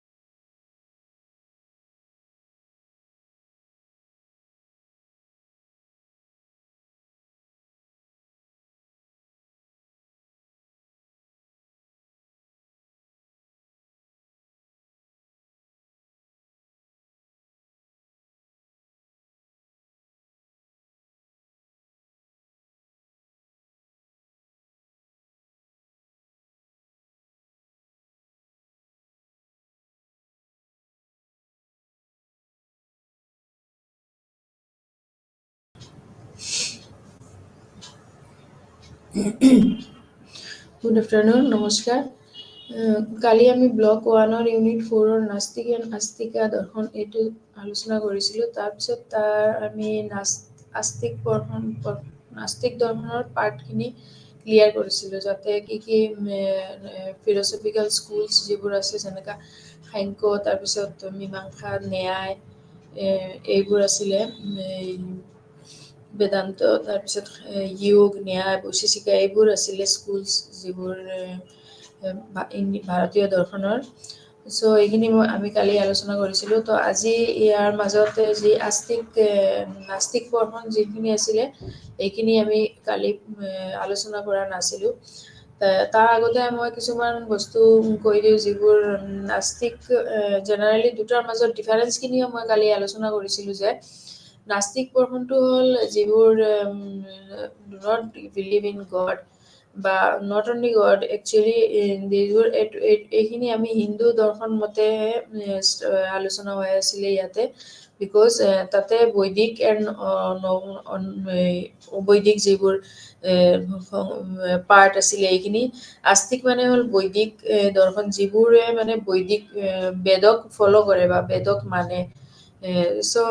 নাস্তিক যে অকলে ঈশ্বৰে বিশ্বাস নহয়, এইখিনি নহয় যে trust in God or trust in not God, not only this person, এই বস্তুটো নহয়, বাট অলছ' যিবোৰে মানে বৈদিক ফিলচফি, বেদক যিসকলে ফ'ল' কৰে তেওঁলোককে আস্তিক বুলি কোৱা হয়। যিসকলে বেদক ফ'ল' নকৰে তেওঁলোকক নাস্তিক বুলি কোৱা হয়, যিবিলাক বেদৰ নিয়ম চিয়ম আছে, এইবোৰ বস্তু।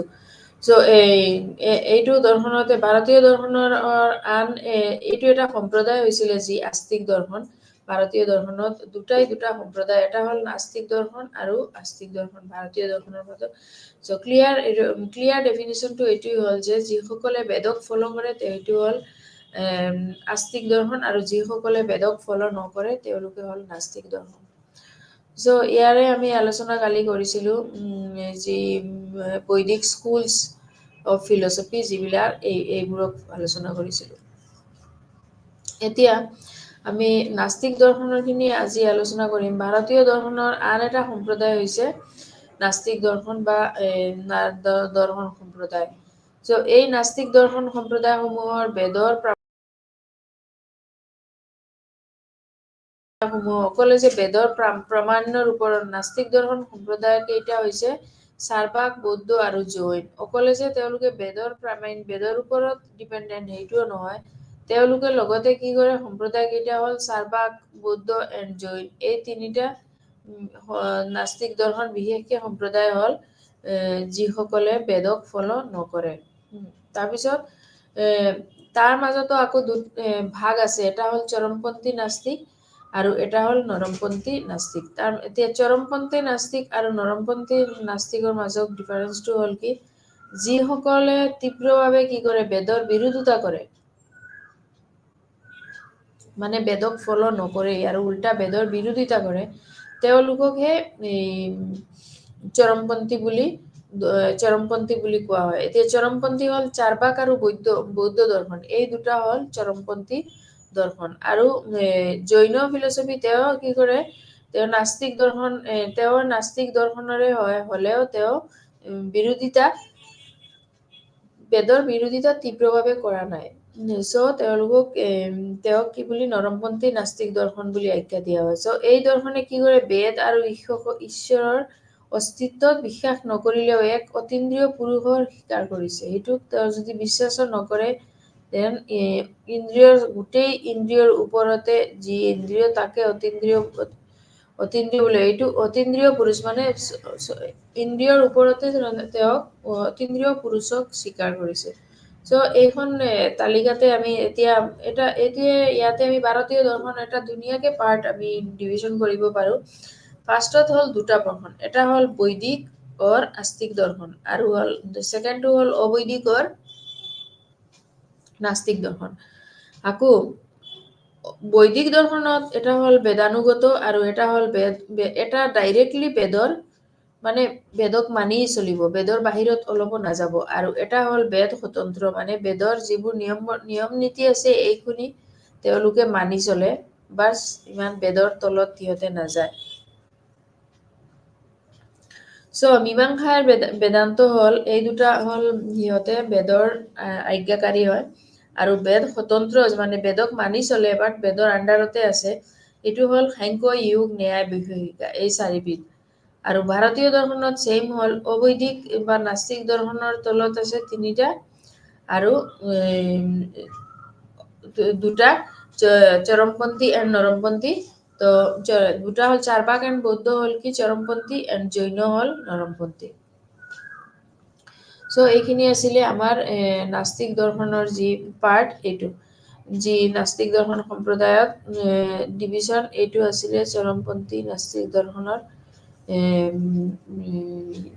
চৰমপন্থী হওক বা নৰমপন্থী হওক যি ডেফিনেশ্যনটো এইটো ইয়াতে আছিলে। চ' এইখিনিত যদি আমি বেদান্ত দৰ্শনত ফ'ল' কৰি যাওঁ তেনেহ'লে বেদান্ত ন্যায় তাৰপিছত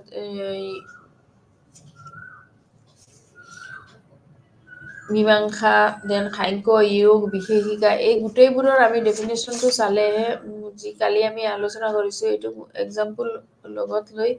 এক্সাম্পল আলোচনা কৰিলেহে আমাৰ এই বস্তুটো ক্লিয়াৰ কৰিব। চ' বেদান্ত দৰ্শনত এইটো গোটেইবোৰ মানি চলিছিলে বিকজ তেওঁ বেদান্তৰ মতে কি আছিলে পৰমাৰ্থিক ক্ষেত্ৰত শংকৰাচাৰ্যই যি সৎকাৰ্যবাদ কৰিছে তাকে তেওঁ বিৱৰ্তবাদ বুলিও লৈছিলে আৰু ব্যৱহাৰিক ক্ষেত্ৰতো সৎকাৰ্যবাদ স্বীকাৰ কৰিছে তাক পৰমাণিবাদ বুলি। কিন্তু বেদান্ত দৰ্শনৰ মতে জগতৰ মূল লক্ষ্য হৈছে নিৰ্গুণ ব্ৰহ্ম আৰু ঈশ্বৰ। চ' এইখিনি ক্লিয়াৰ হৈছে। দেন আমি এতিয়া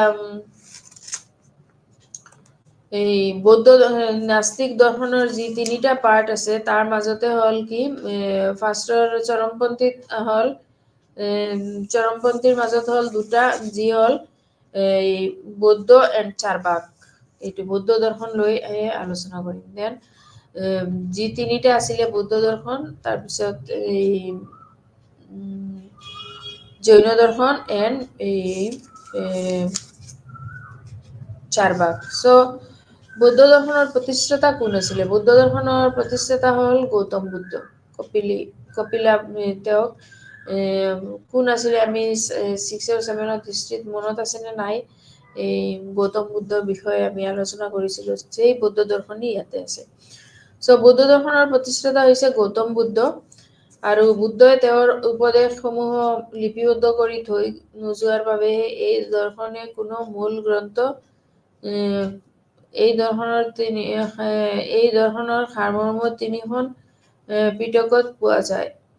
চ' সেই পিটক তিনিখন হৈছে আকৌ বিনয় পিটক, সূত্ত পিটক এণ্ড অভিধৰ্ম পিটক। এইখন আছিলে পিটক ত্ৰিপিটক বুলি আমি পঢ়িছিলোঁ। এই পিটকৰ পেমেণ্টটো আছিলে।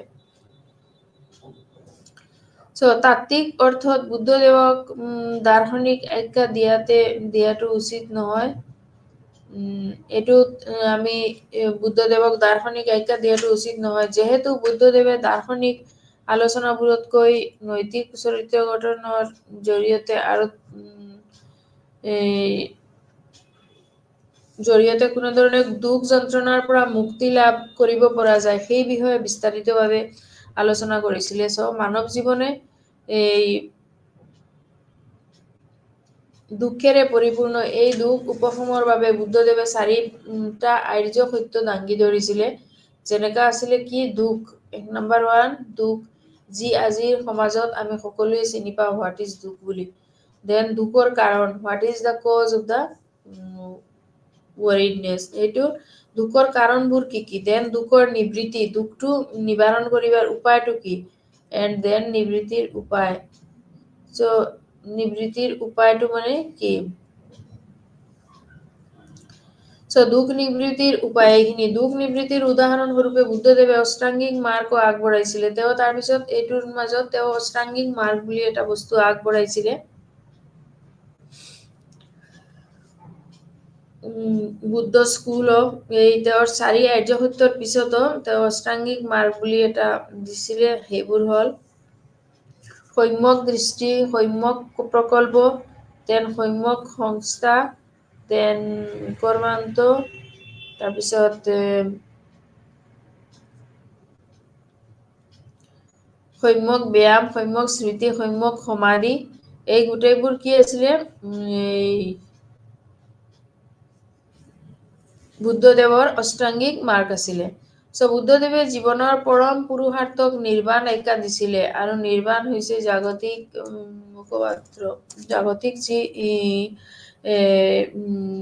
দুখ কষ্ট বা ভাগ ভেদ আদিৰ পৰা মুক্তিপ্ৰাপ্ত যিটো আমি বিচাৰিছিলে সেইটোৱে আছিলে এই বুদ্ধ ধৰ্মৰ বুদ্ধৰ অৱস্থা। চ' তেওঁ কি কৰিছিলে 2 প্ৰকাৰৰ নিৰ্বাণৰ ব্যাখ্যা দিছিলে বুদ্ধিজমত। এটা হ'ল নিৰ্বাণ আৰু এটা হ'ল মহানিৰ্বাণ।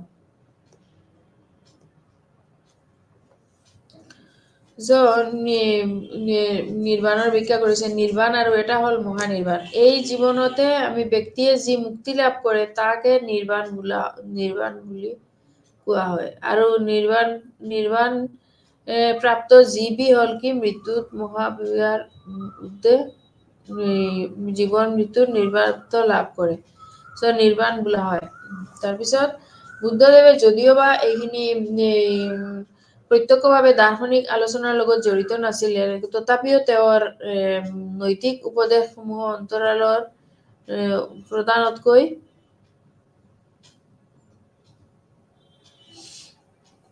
চাৰিটা দাৰ্শনিক তত্ত্ব অন্তৰ্নিহিত হৈ থকা দেখা যায়। আৰু সেই দাৰ্শনিক সিদ্ধান্ত কেইটা হৈছে প্ৰতীত্ব সমুৎপাদ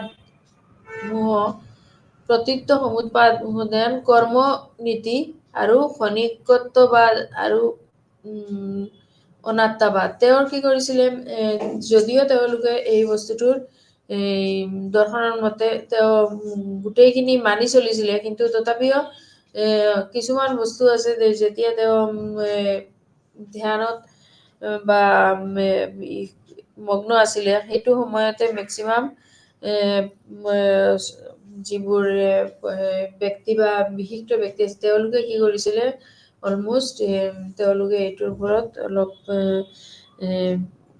কথোপকথন কৰিছিলে যে এইটো বস্তু হ'ব নালাগে বা এইটো পিছত হ'ব পাৰে। চ' এই বস্তুটো যে তেওঁলোকে কৰিছিলে সেইটো কাৰণেও আৰু কিছুমান টাইম তেওঁৰ গুচি। চ' কৰ্মনীতিৰ জৰিয়তে বুদ্ধদেৱে মত গাড়ি ধৰিছে যে কৰ্ম অৰ্থনীতিৰ ফল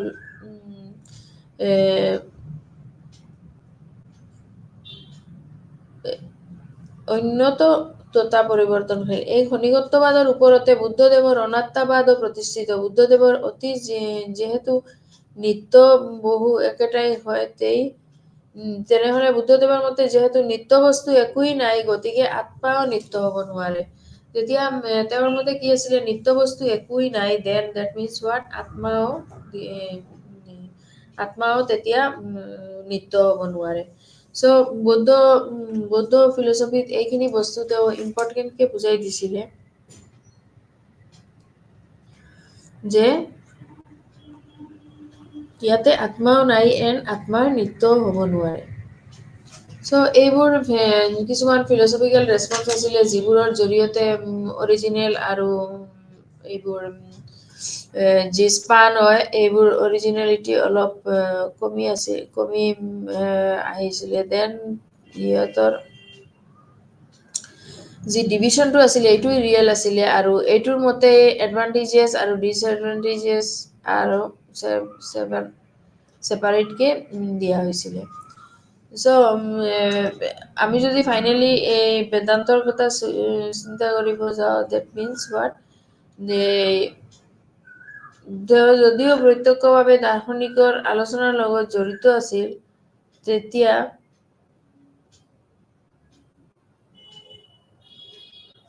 এই বস্তুটোৰ লগত যি প্ৰতীত্ব সমুৎপাদৰ পৰ কোনো কাৰ্য বিনা কাৰণতো এইটো ঘটিব নোৱাৰে। চ' বুদ্ধৰ মতে যি জীৱনৰ প্ৰতি যি মোহ আছিলে বা সেইটো আছিলে, তেওঁৰ মতে আত্মাই কি হ'ল এইটো আত্মাৰে যে বুদ্ধদেৱৰ মতে ব্যক্তিৰ জীৱনৰ মাজত যুগসমূহ স্থাপন কৰিছে কৰ্মই। আকৌ ক্ষণিকত্ববাদৰ মতে তেওঁ অনলি ভেলুটোক সি ইম্পৰ্টেঞ্চ দিছিলে। চ' এইখিনি আছিলে বুদ্ধিয়ান ফিলচফি, বুদ্ধ দৰ্শন, যিবোৰত বুদ্ধ দৰ্শনত কিছুমান বস্তু আছিলে যেনেকা ইম্পৰ্টেণ্ট বস্তু হ'ল এইটো উষা বেদৰ যি উষা যুঁজমৰ বাবে জীৱনেৰে 4 আৰ্য জাতি ভাঙি ধৰিছে আৰু সেই 4 বুদ্ধদেৱে 4 আৰ্য জাতি ভাঙি ধৰিছে। এই 4 আৰ্য সত্য হৈছে দুঃখ আৰ্য শ্ৰেণীবিভাজন আৰ্য এণ্ড দুখৰ নিবৃত্তি এণ্ড দুখ নিবৃত্তিৰ উপায়। দুখ নিবৃত্তি উপায়ৰ ৰূপে বুদ্ধদেৱে অষ্টাংগিক মাৰ্গো আগবঢ়াইছিলে আৰু তেওঁ 8টা মাৰ্গ দিছিলে যি হ'ল সম্যক সৃষ্টি, সম্যক সংকল্প, সম্যক ব্যাগ, সম্যক আজীৱ এণ্ড সম্যক কৰ্মান্তৰ, সম্যক ব্যায়াম এণ্ড সম্যক স্মৃতি এণ্ড সম্যক সমাধি। এইখিনি আছিলে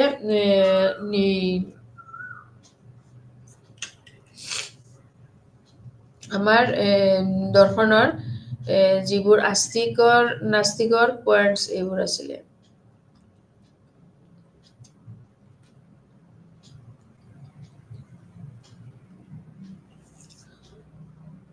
তাৰপিছত নাস্তিক পৰ্ষণত হ'ল যোগা, ন্যায়, এইবোৰ হ'ল বৈশেষিকা, এইবোৰ হ'ল আজিৰ বেদান্ত। এতিয়া ত্ৰি-আস্তিক দৰ্শনৰ মতে ত্ৰি-আস্তিক দৰ্শন এইটোৱে আমি আলোচনা কৰি আছো। যি জৈন দৰ্শনে বৌদ্ধ দৰ্শনৰ পিছত যি জৈনবাদ আছিলে, জৈন দৰ্শনে জ্ঞানৰ 3টা নিৰ্ভৰযোগ্য উপায় দিছিলে যেনেকা প্ৰমাণ, গ্ৰহণ এণ্ড বিগ্ৰহণ। ই ধাৰণা কৰে যে সঠিক জ্ঞান ধাৰণা, প্ৰাণীকোষাত অনুমান আৰু যোগ্য ধাৰণা প্ৰাণীকোষাৰ অনুমান আৰু অনুমান এইখিনি অনুমানৰ জৰিয়তেহে সাক্ষ্য দি আছিলে।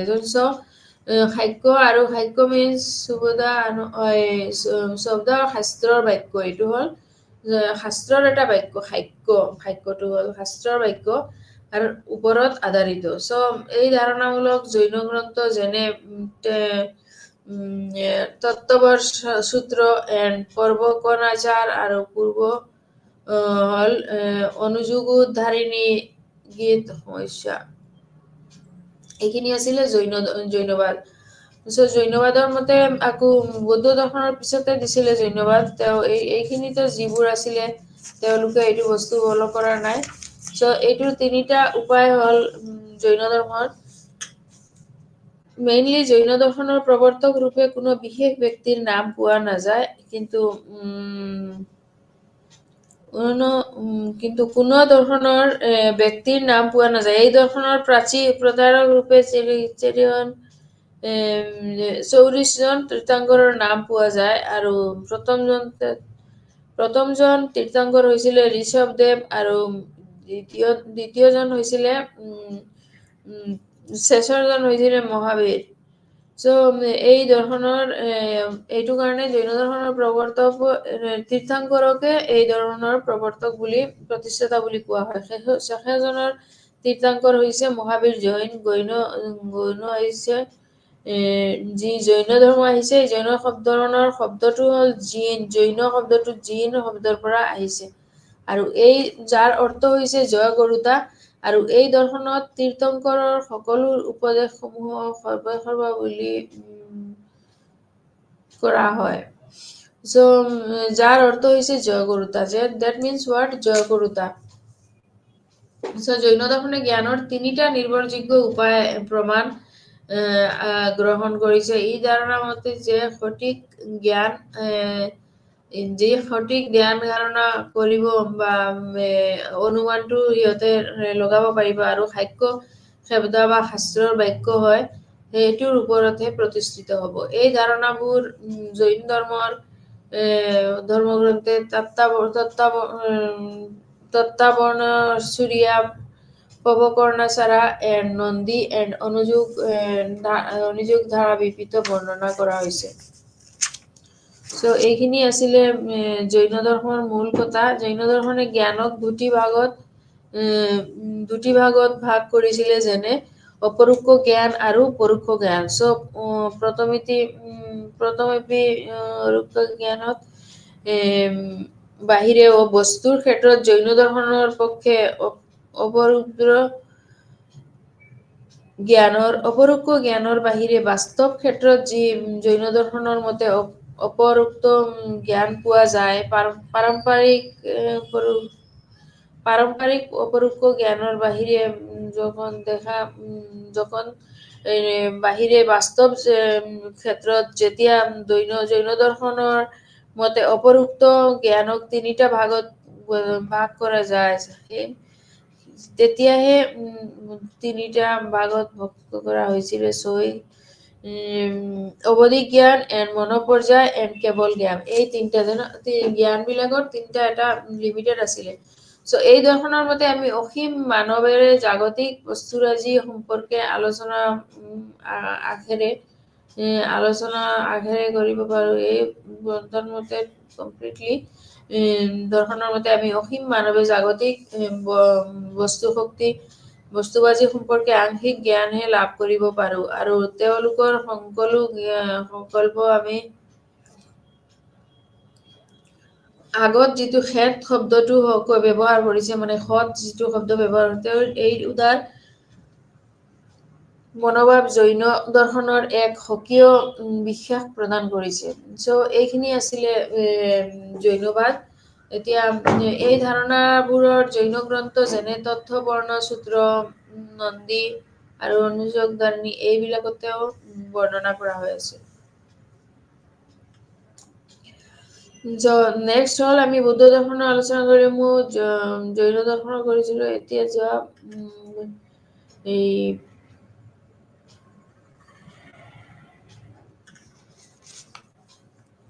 কি দৰ্শন, এইটো হ'ল বৈশেষিকা, নাস্তিক এণ্ড চৰমপন্থী চাৰবাক দৰ্শন আছিলে। লাষ্টটো আছিলে চাৰবাক দৰ্শন।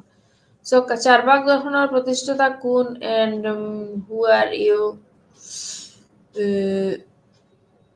চাৰবাকক যদি আমি চাৰবাক ফিলচফিক সুধিব পাৰো যে এই চাৰবাকটো কোন হয় বা কি হয়, দেন চাৰবাকৰ দৰ্শনৰ প্ৰতিষ্ঠাতা সম্পৰ্কে কোনো ধৰণৰ ঐক্যমত পোৱা নাযায়। এইটো তাৰ আজিলৈকে সত্য দৰ্শনটো কমপ্লিটলি ফুলফিল হোৱা নাই। চাৰবাক দৰ্শনৰ প্ৰতিষ্ঠাতা সম্পৰ্কে কোনো ধৰণৰ ঐক্যমত পোৱা নাযায় বা দেৱগুৰু বৃহস্পতিক বহুতে এই দৰ্শনৰ প্ৰতিষ্ঠাতা বুলি মনত দাঙি ধৰে। কিছুমান আকৌ চাৰবাক প্ৰতিষ্ঠা সম্পৰ্কে কোনো ধৰণৰ ঐক্যমত পোৱা দেৱগুৰু বৃহস্পতিক বহুতে এই দৰ্শনৰ প্ৰতিষ্ঠাতা বুলি মত প্ৰকাশ কৰে। দেৱগুৰু বৃহস্পতিক কিছুমানে আকৌ চাৰবাক নামৰ এজন দাঙি ধৰিছে। তেওঁ যেতিয়া নেওটো কৰাই আছে আৰু জাষ্ট এইটো আকৌ চাৰবাক নামৰ এজন ঋষিকে এই দৰ্শনৰ প্ৰতিষ্ঠাতা বুলি মত দাঙি ধৰিছে। আৰু কিছুমানে কৈ আছে যে চাৰবাক নামৰ এজন ঋষি আছিলে আৰু তেওঁহে এই মৰ্যাদাটো তেওঁ দাবী কৰিছে যে তেওঁক এইটো চাৰবাক হ'ব। ভাৰতীয় দৰ্শনৰ হৈছে আধ্যাত্মবাদী দৰ্শন, আৰু আধ্যাত্মবাদী দৰ্শনৰ মূল বৈশিষ্ট্য হৈছে আত্মা, ঈশ্বৰ, পৰলোক, কৰ্মফল, যোগ আদি। দেন কিমান বাকী যিবোৰ আমি কালি যিবোৰ কৈছিলো, যিবোৰ আজি বাকী সেইখিনি লাষ্টত গৈ আকৌ আলোচনা কৰিম। যিবোৰ আস্তিক দৰ্শনত বাকী আছিলে, যেনেকা সাংখ্য, তাৰপিছত এই যোগা, ন্যায়, বৈশিষ্ট্যিকা, দেন এইখিনি। চাৰবাক দৰ্শনৰ প্ৰতিষ্ঠাতা সম্পৰ্কে আলোচনা কৰি আছিলো। দেন গতাবৰুৱাৰ ব্যাখ্যা কৰিছো। তাৰপিছত হ'ল চাৰবাকৰ বাহিৰেও ভাৰতীয় দৰ্শনতো বাকী 8টা দৰ্শনৰে আধ্যাত্মবাদী দৰ্শন। তাৰপিছত চাৰবাকৰ মতে বেদৰ কথাবোৰৰ কোনো সত্যতা নাই। যিবোৰ চাৰবাকৰ মতে এইটো কৈছিলে যে তেওঁৰ জড়বাদী দৰ্শন হয়, আৰু এই দৰ্শনে বেদ বিৰোধী দৰ্শন। চাৰবাকৰ মতে বেদৰ কথাবোৰৰ যিবোৰ চাৰবাকৰ মতে বেদৰ কথাবোৰৰ কোনো সত্যতা নাই, আৰু এই দৰ্শনে বেদ অপৰুষীয় বুলি স্বীকাৰ নকৰে। বাট বেদ কেৱল ধূৰ্ত আৰু প্ৰতাৰক পুৰোহিতসকলৰ সৃষ্টি বুলি এই দৰ্শনে দাঙি ধৰে। তেওঁলোকে কৈছে এইটো নট চাইণ্টিফিকেলি ৰিজন, আৰু যে তেওঁৰ মতে যিবোৰ বেদৰ কথাবোৰৰ কোনো সত্যতা নাই, এই দৰ্শনে আলোচনাক পৃষ্ঠ নকৰে। প্ৰতাৰক পুৰোহিত, বেদ কেৱল ধূৰ্ত আৰু প্ৰতাৰক পুৰোহিতসকলৰ বুলি দৃষ্ট বুলি এই দৰ্শনে আলোচনা কৰে। দেন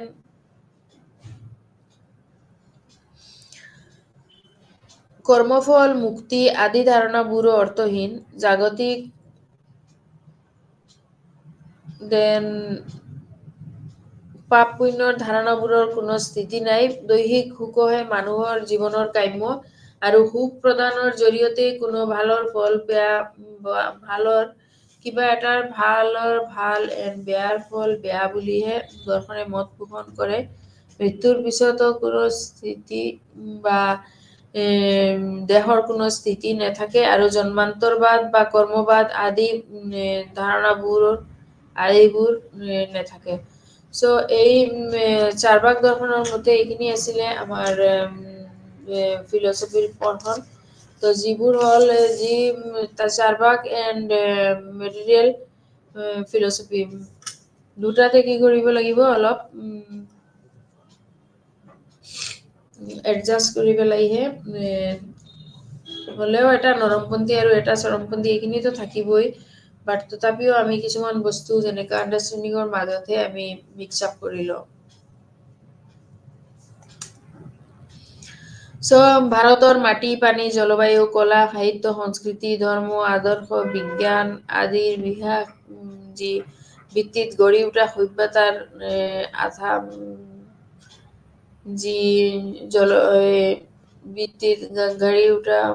সভ্যতাৰ যি আধাৰত এইটো প্ৰতিষ্ঠিত দৰ্শনেই হ'ল ভাৰতীয় দৰ্শন। ভাৰতীয় দৰ্শন মানে হিন্দু দৰ্শন নহয়। নট অনলি যে তাতে বেদ এণ্ড অবৈধ বুলি আছে বুলি আৰু সংস্কৃত ৱাৰ্ড বুলি আছে, এইটো আমি হিন্দু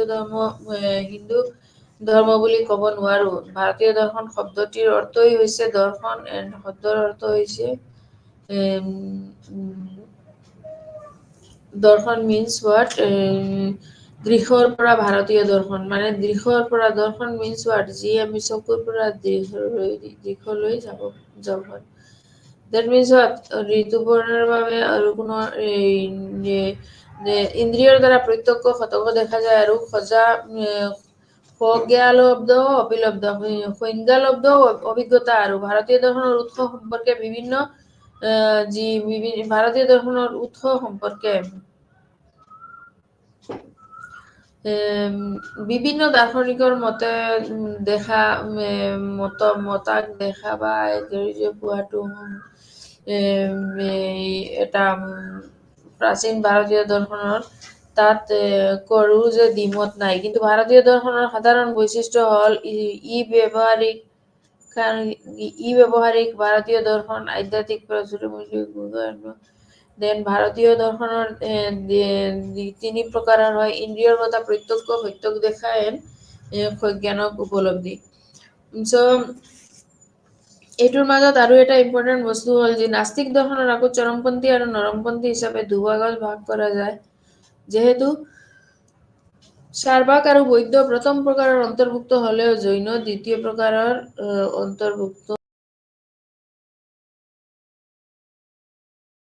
ভাৰতীয় দৰ্শনৰ যিটো সংজ্ঞা আছে এইটো হ'ল কি বিচাৰ এণ্ড যি ন্যায় দৰ্শনৰ এইটো বেদান্তৰ। বৌদ্ধ দৰ্শন হ'ল চৰমপন্থী আৰু নাস্তিক সম্প্ৰদায়, আৰু ইয়াৰ প্ৰণেতা হ'ল গৌতম বুদ্ধ। আৰু এই দৰ্শনৰ সাৰমৰ্ম থকা গ্ৰন্থ তিনিখন হ'ল বিনয় পিটক, সূত্ত পিটক এণ্ড অভিধৰ্ম পিটক। যি বৌদ্ধ ধৰ্ম হ'ল চৰমপন্থী নাস্তিক সম্প্ৰদায়, আৰু ইয়াৰ প্ৰণেতা হ'ল গৌতম বুদ্ধ। এই দৰ্শনৰ সাৰমৰ্ম থকা গ্ৰন্থখন হ'ল বিনয় পিটক এণ্ড বেদান্ত দৰ্শনৰ মূল চিকনি হৈছে ব্ৰহ্ম, সত্য, জগত মিথ্যা। তেওঁৰ মেইন হ'ল কি ব্ৰহ্ম, সত্য আৰু জগতটো মিথ্যা। তেওঁৰ কাৰণে জগত মিথ্যা, আৰু ইয়াতে কোনো ভগৱানৰ বাস একো নাই। চব গোটেইবোৰ তেওঁৰ কাৰণে এইটো কি আছিলে মিছা আছিলে আৰু তেওঁলোকে যেহেতু আস্তিকৰ ফলোৱাৰ্ছ হয় ডেট মিনছ হোৱাট তেওঁলোকেও বিশ্বাস অলপ কম কৰিব যেহেতু বৌদ্ধ দৰ্শনৰ তাত্ত্বিক জ্ঞানৰ পৰিৱৰ্তে নীতি শিক্ষাহে দিয়ে আৰু সূত্ৰভিত্তিক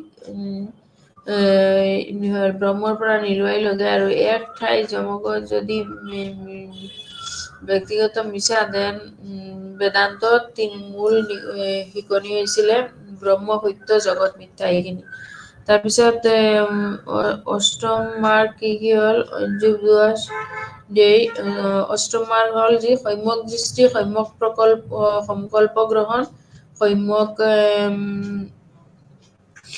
স্মৃতি এণ্ড সম্যক সমাধি এইখিনি আছিলে তেওঁৰ অষ্টাংগ মাৰ্গ দেন মানৱ জীৱনৰ পৰম মুক্তি পোৱাকে বুদ্ধই বিচাৰ কৰে মানৱ জীৱনৰ বৈধ ক্ষেত্ৰত যিয়েই এইটো হ'ল চাৰি আৰ্য সত্য হ'ল সাংঘাতিক দুতৰত নীতি বিনয় শিক্ষাহে নিব দেন আকৌ বৌদ্ধ দৰ্শন হ'ল চৰমপন্থীৰ নাস্তিক সম্প্ৰদায় আৰু ইয়াৰ প্ৰণেতা হ'ল গৌতম বুদ্ধ চ' এই দৰ্শনৰ সাৰমৰ্ম থকা তিনিখন গ্ৰন্থ বিনয় প্ৰত্যেকত যদি আমি আলোচনা কৰিব পাৰো দেন জৈন দৰ্শনৰ প্ৰৱৰ্তক হিচাপে ২৪ জনৰ নাম পোৱা যায় আৰু তাৰ ভিতৰতে প্ৰথম হ'ল ঋষভদেৱ এণ্ড শেষৰজন হ'ল মহাবীৰ জৈন যাক আমি পাইছিলো স্কুলত এইটোৰ চেপ্টাৰখিনি মে বি মহাবীৰ জৈন সম্পৰ্কে জৈন ধৰ্মত সকলোৱে আলোচনা কৰিছে অলৰেডি চ' দেট জৈন ধৰ্ম and today's now become a পুৰা ভাষ্ট এটা ৰিলিজিয়ন এণ্ড মেটাৰ কৰে ফৰ ইণ্ডিয়া চ' ভাৰতীয় দৰ্শনৰ একমাত্ৰ জড়বাদী দৰ্শন হ'ল চাৰ্বাক দৰ্শন এই দৰ্শনে ঈশ্বৰ আত্মা জন্মান্তৰবাদ কৰ্মফল নৈতিকতা ভাৰতীয় আদি এইবোৰ বস্তু নিজৰ মতবাদ এইবোৰহে প্ৰতিষ্ঠা কৰে চ' এইটো আছিলে আমাৰ বুদ্ধিজমৰ চ' এতিয়া বুদ্ধিজমৰ আমি মেইন যিটো ফাংচন যদি আলোচনা কৰো অকলে সাৰমৰ্মলৈকে দেন বুদ্ধৰ দ্বাৰা প্ৰচালিত চাৰিটা মহৎ সত্য হ'ল এই মাত্ৰ অলপ আগতে আলোচনা যি জীৱনটা দুখ কষ্টৰে ভৰি আছে মানে কি দুখ যে এই দুখ কষ্টৰ এটা উপায় আছে এইটো দুখ সমুদয় এইটো কি হ'ল দুখ সমুদয় দেন এইটো নিত্য এই যে দুখ কষ্টৰ পৰা এটা কাৰণ আছে দুখহা মানুহক কোৱা দুখহা নিৰোধীয়া আৰু দুখ কষ্ট নিৰ্বাৰিত কৰাৰ এটা উপায় আছে এটা হ'ল দুখ নিৰোধী মাৰ্গ চ' যি ন্যায় দৰ্শন সাংখ্য দৰ্শন বৈশেষিক দৰ্শন এণ্ড মীমাংসা দৰ্শন তাৰপিছত যি এইবোৰ হ'ল আস্তিক দৰ্শন এইবোৰৰ যি এইবোৰৰ মাজত লগত আমাৰ যি ডিফাৰেন্সখিনি একচুৱেলি আছে আস্তিক দৰ্শনৰ এইখিনি আছে তেওঁ কি কৈছিলে মানৱ জীৱনৰ পৰম মুক্তি পোৱাকে বিদ্যা নিৰ্বাণ বুলি কৈছিলে মানৱ জীৱনক যি লাষ্ট ষ্টেজত এটা মুক্তি আমি পাম বুলি কৈছিলে এই মুক্তিটোক এইটোতে আমি কি বুলি কওঁ তাক নিৰ্বাণ বুলি তাক নাম লোৱা হৈছিলে আৰু এইটো তেওঁ মুক্ত হস্তে তেওঁ এইবিলাক দান কৰিছিলে চ' এই হাতীৰ মাজত ঠাণ্ডাত দি বেদৰ অন্তকে যি এইবোৰ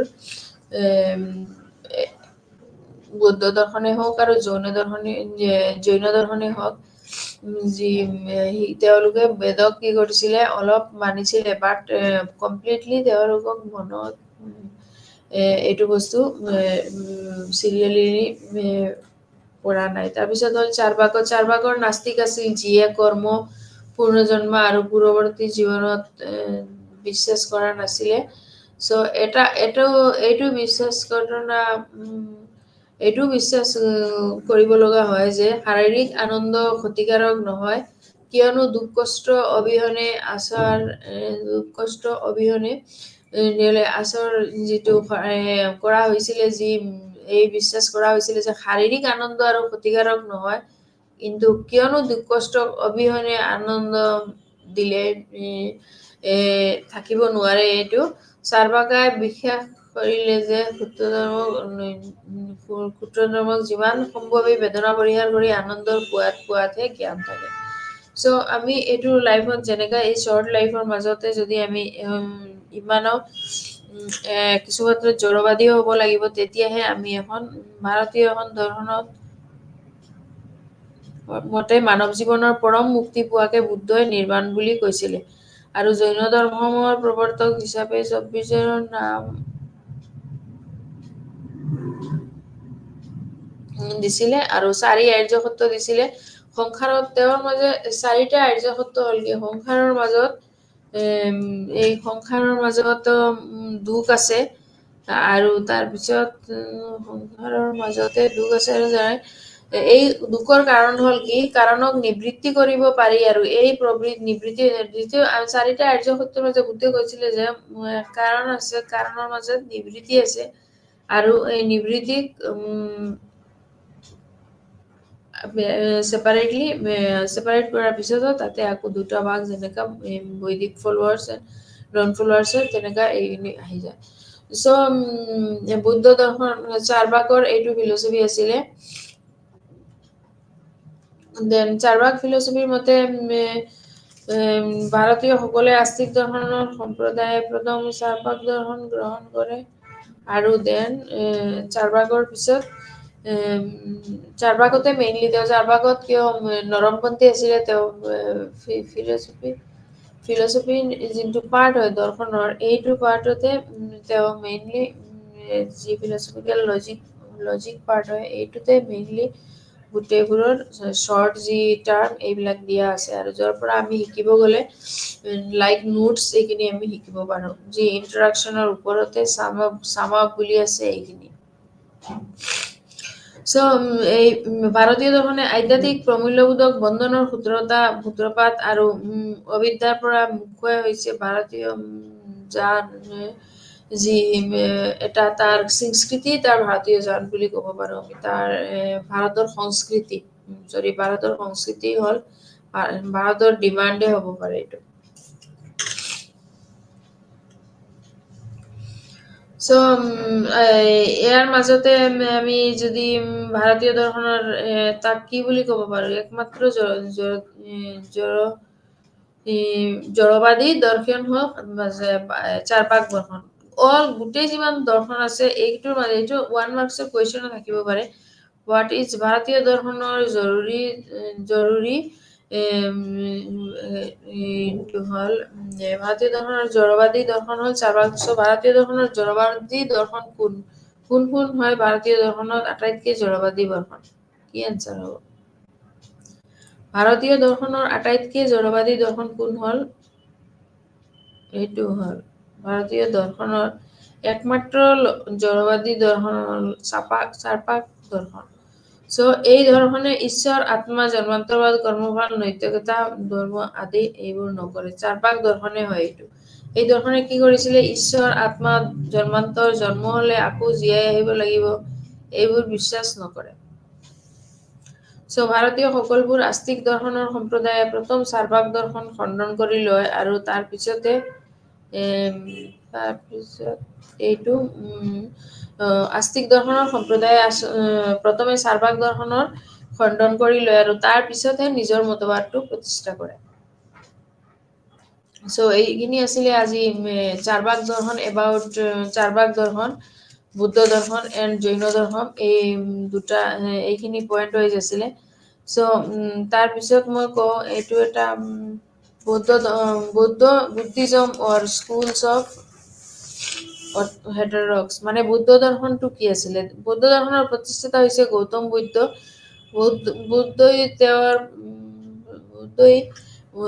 বৌদ্ধ ধৰ্মই তেওঁৰ কি আছিলে নোৱাৰাৰ বাবেই এই দৰ্শনৰ কোনো মূল গ্ৰন্থ পোৱা নাছিলে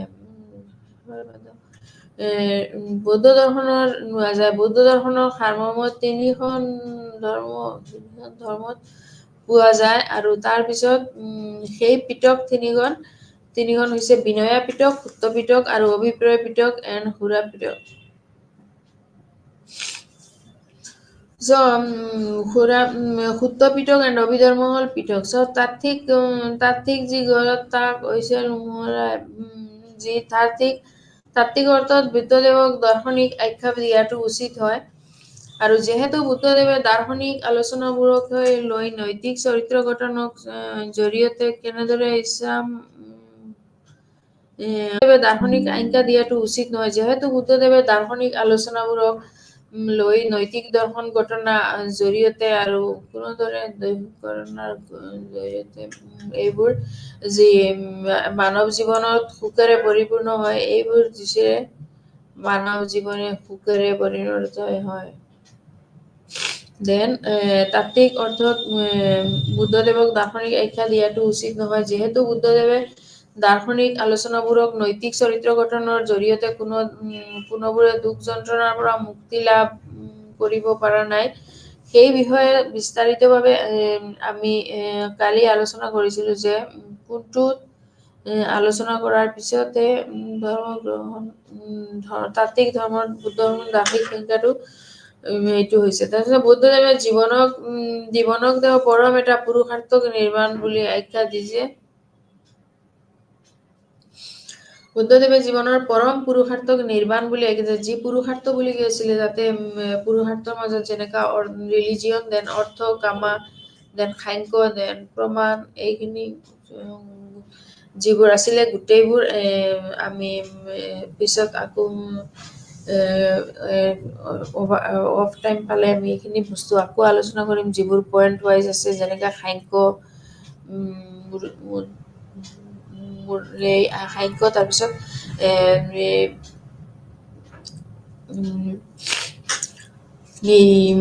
মীমাংসা দৰ্শন, বেদান্ত দৰ্শন, যোগ দৰ্শন, ন্যায় দৰ্শন, বৈশেষিকা দৰ্শন, এই গোটেইবোৰ কি আছিলে? এইবোৰ আছিলে বৈদিক বা আস্তিক দৰ্শন। আৰু নৈতিক দৰ্শন আছিলে নৈতিক দৰ্শন হ'ল এই যিবোৰ চাৰ্বাক, বুদ্ধ, জৈন আৰু এইবোৰ। কিন্তু নাস্তিক দৰ্শন। নাস্তিক দৰ্শনৰ মাজত আকৌ চৰমপন্থী আৰু নৰমপন্থী আছে। চৰমপন্থীৰ মাজত হ'ল চাৰ্বাক আৰু বৈদ্য, আৰু নৰমপন্থীৰ মাজত হ'ল মাৰ্জা। চৰমপন্থীৰ মাজত যি চাৰ্বাকটো আছিলে, চাৰ্বাক আৰু বৌদ্ধ আছিলে চৰমপন্থী, আৰু নৰমপন্থীৰ মাজত আছিলে Jain.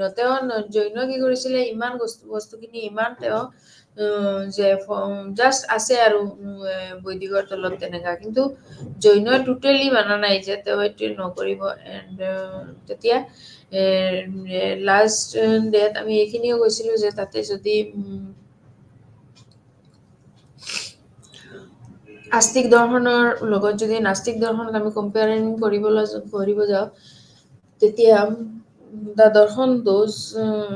darshan that which people do not trust God about in this holy book about God and everything, then I will be separately teach this one again. কিন্তু ইয়াতে কি হ'ল, আকৌ আমি বৌদ্ধ দৰ্শন হওক আৰু চাৰ্বাক দৰ্শন, জৈন দৰ্শন, এইখিনিৰ মাজত কি আছিলে, নৰমপন্থী আৰু উগ্ৰপন্থী বুলি দিয়া হৈছে যদিও, কিন্তু কিছুমান বস্তু আছে যিসকলত গৌতমপন্থীত নহয়, চৰমপন্থীত নেমানে কিছুমান বস্তু যিবোৰ কিন্তু নৰমপন্থীত ষ্ট্ৰেইট ফৰৱাৰ্ড হয়। চৰমপন্থী যি বুদ্ধ ফিলচফাৰ or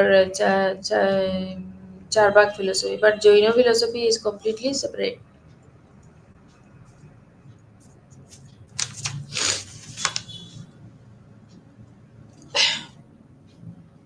So, বিভিন্ন ভাৰতীয় দৰ্শনৰ সম্প্ৰদায় লৈ আজি আমি ইমানখিনি আলোচনা কৰিলো, যি তাতে কি কি স্কুলছ আছে, কি কি ফিলচফি আছে, এইবোৰ বস্তু লৈ। Then how many are hope এইখিনি চেপ্টাৰৰ মাজত যি নাস্তিক দৰ্শনৰ বিষয়ে আৰু আস্তিক দৰ্শনৰ বিষয়ে এইখিনি ক্লিয়াৰ হৈছে কোৱেশ্যনখিনি। তো কিছুমান বস্তু আকৌ যেনেকা আমি আস্তিক আৰু নাস্তিকৰ যদি ডিফাৰেন্স কৰিব যাওঁ, তেনেহ'লে some scholars believe that কিছুমান scholars believe that this thesis did not came. So please be just এইটো এইখিনি বস্তুৰ মাজত যি ডিষ্টিংশ্যন অফ আস্তিকা এণ্ড নাস্তিকা এইবোৰকো আমি এটা পুৰা চেপ্টাৰ ৱাইজ যদি আমি বেলেগকে ডিছকাছ কৰিব যাওঁ তেনেহ'লে লাষ্টত গৈ পাবা in this after ignore you try to take admission in that these books is এই বই কিতাপখন কি হ'ব অলপ ডাঙৰকে এই চেপ্টাৰবোৰ বহুত ডাঙৰ হৈ যাব যেনেকা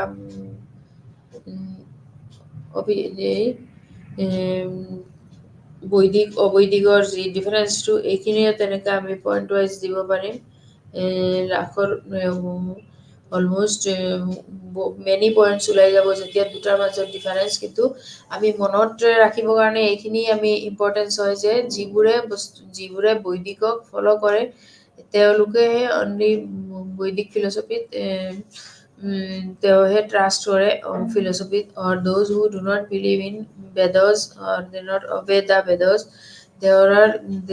they are as অবৈদিক or নাস্তিক বুলিও ক'ব পাৰা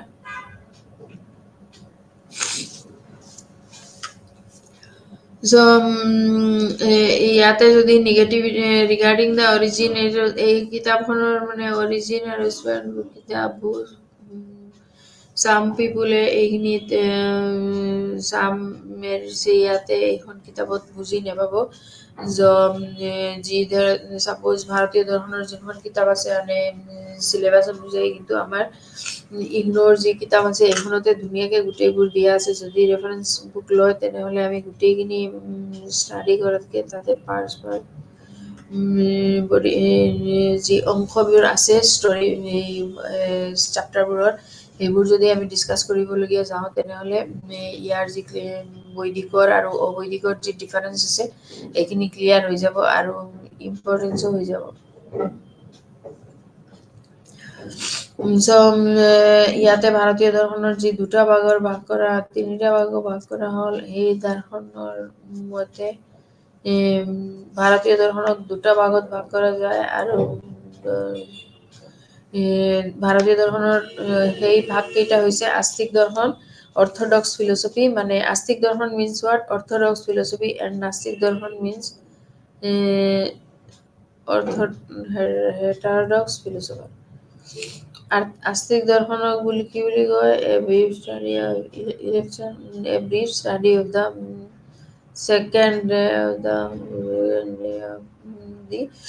and সাংখ্যই আস্তিত্ব দৰ্শনৰ সম্প্ৰদায় কেইটা হ'ল সাংখ্য যোগ ন্যায় বৈশেষিক মীমাংসা এণ্ড বেদান্ত এণ্ড নাস্তিক দৰ্শনৰ সংখ্যা হ'ল Charvaka Bauddha and Jain total there are 9 schools of Indian philosophy total 9 schools of Indian philosophy 3 are running and 6 are running and 3 are also running but they are separately দুটা বস্তু কি হ'ল আস্তিক দৰ্শনে হওক আৰু দুটা সেপাৰেটলি গৈ আছে প্যাৰালেলি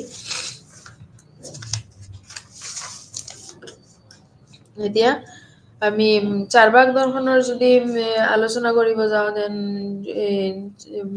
নিত্য বৌদ্ধ এণ্ড আচ্ছা এটা বস্তু ইম্পৰ্টেণ্ট আছে তাৰ মাজত যি জৈন দৰ্শনত মতে দুটা দ্ৰব্য আছিলে দুই প্ৰকাৰৰ যিটো মিছ থাকি গ'ল যেনেকা হ'ল আস্তিকায় দ্ৰব্য এণ্ড অনাস্তিকায় দ্ৰব্য এটা হ'ল কি আস্তিকায় দ্ৰব্য আর এটা হ'ল অনাস্তিকাৰ দ্ৰব্য এই অনাস্তিকাৰ দ্ৰব্য যিবোৰ দ্ৰব্যৰ শৰীৰ আছে সেইবোৰক অনাস্য বুলি কোৱা হয় আৰু যিবোৰৰ মধ্যে দ্ৰব্য দুই প্ৰকাৰৰ সিসকলক বুলি মানে যিবোৰ দ্ৰব্য শৰীৰে আছে সেইবোৰকহে আস্তিকাৰ দ্ৰব্য আৰু যিবোৰ দ্ৰব্য শৰীৰে নাই সেইবোৰক তাৰপিছত জীৱ আকৌ 3 প্ৰকাৰৰ যেনেকা নিত্য সিদ্ধ দেন বদ্ধ এণ্ড মুক্ত বদ্ধ মিন্স হোৱাট টু বন্ধ হৈ আছে যেনেকা ষ্টপ ক্লোজড এইটো দেন মুক্ত মিন্স হোৱাট ওপেন যি বস্তুটো মুক্ত হৈ আছে এইটো চ' এইটো হ'ল নিত্য সিদ্ধ মানে এইটো সিদ্ধ হ'বকাৰী আজীৱক ইয়াতে তিনিটা নহয় চাৰিটা তিনিটা দিয়া হৈছে তিনি প্ৰকাৰৰ বাট আজীৱক যিটো অজীৱ হয় জীৱক তিনি প্ৰকাৰৰ দিয়া হৈছে নিত্য শুদ্ধ বদ্ধ আৰু বক্ক বাট অজীৱক আকৌ চাৰি প্ৰকাৰ ভাগ কৰা হৈছে নিত্য চাৰি প্ৰকাৰ ভাগ হৈছে ধৰ্ম অধৰ্ম আকাশ এণ্ড পদগল এইটো হ'ল চাৰি ভাগত ভাগ কৰা হৈছে জীৱক চ' জৈন দৰ্শনৰ মতে কেৱল মানুহৰে নহয় উদ্ভিদ ধূলিকণা আদিৰো আত্মা আছে জৈন দৰ্শনৰ মতে কি আছিলে আমি যিটো ধূলি দেখা পাওঁ সেইটোৰো কি আছে আত্মা আছে চ' জৈন দৰ্শনে এইটো বস্তু ইম্পৰ্টেণ্ট দিছে যে কৰ্মৰ ফলতো কৰ্মৰ ফলতো আত্মা বন্ধনযুক্ত হয় জৈন ধৰ্ম নাথাকিলেই যে আমি গ্ৰহণ কৰিব নোৱাৰো তেনেকা নহব ন যিটো জৈন দৰ্শনতো বৌদ্ধ দৰ্শনৰ নিচিনাকৈ নৈতিকতাৰ ওপৰতো গুৰুত্ব দিয়া হৈছে আৰু শাৰীৰিক এণ্ড মানসিক সংযমৰ কাৰণে জৈন দৰ্শনে তিনিটা পদ দিছে আৰু এই পদ কেইটাক ত্ৰিৰত্ন বোলা হয় কিন্তু সেই পাথৰটোকে ত্ৰিৰত্ন ভাৱে জমা হয় ত্ৰিৰত্ন আকৌ হৈছে সম্যক দৰ্শন সম্যক জ্ঞান এণ্ড সম্যক চৰিত্ৰ এই বস্তুখিনি কমপ্লিটলি হ'ল জৈন দৰ্শনৰ পাৰ্ট তাতে জীৱ তিনি প্ৰকাৰৰ আকৌ আজীৱ চাৰি ভাগত আকৌ যি ত্ৰিৰত্ন হৈছে এইটো তিনি ভাগত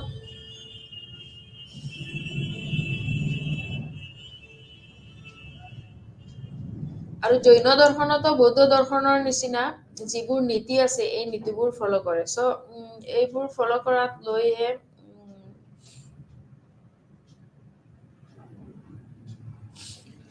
দিয়া হৈছে যি জৈন দৰ্শন নিৰীশ্বৰবাদী দৰ্শন হয় এই দৰ্শনে 5জন পূৰ্বপুৰুষৰ উল্লেখ কৰিছে যাক উপাসনা কৰিলে চিত্ত শুদ্ধ হয় আৰু মুক্ত প্ৰাপ্তি সূচল দিয়ে এই বস্তুটো হ'ল কিহৰ জৈন দৰ্শনৰ আণ্ডাৰত ফাৰ্ষ্টত এইখিনি তাৰপিছত জৈন দৰ্শনে আকৌ দুটা ভাগত ভাগ কৰিছে যেনেকা অপৰোক্ষ জ্ঞান আৰু পৰোক্ষ জ্ঞান জৈন দৰ্শনেও চেম দুটা ভাগ কৰিছে এটা হ'ল পৰোক্ষ আৰু এটা হ'ল অপৰোক্ষ জ্ঞান এতিয়া পৰমাৰ্থী অপৰোক্ষ জ্ঞানৰ বাহিৰে বস্তুৰ অৱক্ষয় থাকিলে পৰমটো জৈন দৰ্শনের অপৰোক্ষ যি পৰমাৰ্থিক অপৰোক্ষ জ্ঞানৰ বাহিৰেও বাস্তৱ ক্ষেত্ৰত জৈন দৰ্শনৰ মতে অপৰোক্ষ জ্ঞান পোৱা নাযায় কিন্তু পৰমাৰ্থিক অকমন কিন্তু অবধি জ্ঞান বা মনোপৰ্যায় কেৱল স্থান এইখিনি আকৌ জৈন দৰ্শনতে প্ৰমাণো হ'ল তিনিবিধ প্ৰত্যক্ষ অনুমান শব্দ প্ৰত্যক্ষ অনুমান এণ্ড শব্দ প্ৰত্যক্ষটো হ'ল আমি ডাইৰেক্টলি অনুমান means what we have imagine but the imagination must be correct and আকৌ হ'ল শব্দ এতিয়া জৈন দৰ্শনৰ মতে কি আছে শব্দ থাকিব লাগিব এটা সকলো ধৰ্ম আৰু দৰ্শনৰ প্ৰতি এই অন্তৰ্ভাৱ দেখি যি সকলো ধৰ্ম আৰু এই দৰ্শনৰ সামনে শ্ৰদ্ধাশীল আৰু উদাৰ মনোভাৱা জৈন দৰ্শনক এই স্বকীয় প্ৰকাশ প্ৰদান কৰে এতিয়া চাৰবাক দৰ্শনৰ মতেও ভাৰতীয় দৰ্শন হৈছে আধ্যাত্মবাদী দৰ্শন আৰু আধ্যাত্মবাদী দৰ্শনৰ মূল বৈশিষ্ট্য হৈছে আত্মা ঈশ্বৰ পৰলোক এণ্ড বৈশিষ্ট্য চেম যি ভাৰতীয় দৰ্শনৰ মূল বৈশিষ্ট্য আছে সেইটোৰ লগতে চিমিলাৰিটি ৰাখি পেলাই দিয়া হৈছে ডেট মিনছ হোৱাট 8টা দৰ্শনেই আধ্যাত্মবাদী দৰ্শন আকৌ চাৰ্বাণিক দৰ্শন হৈছে জড়বাদী দৰ্শন আধ্যাত্মবাদী মতে চাৰ্বাক দৰ্শনে হৈছে সাংখ্য লৌক আৰু বিশিষ্ট এই দৰ্শন বিৰোধিতা দাৰ্শনিক চিমিলাৰিটি দেন চাৰ্বাকৰ যি মতে ঈশ্বৰ আত্মা পৰলোক কৰ্মফল মুক্তি আদি এইবোৰ হ'ল অৰ্থহীন জাগতিক বস্তুবোৰৰ সৃষ্টি হৈছে কৃতি এণ্ড তৰ্মা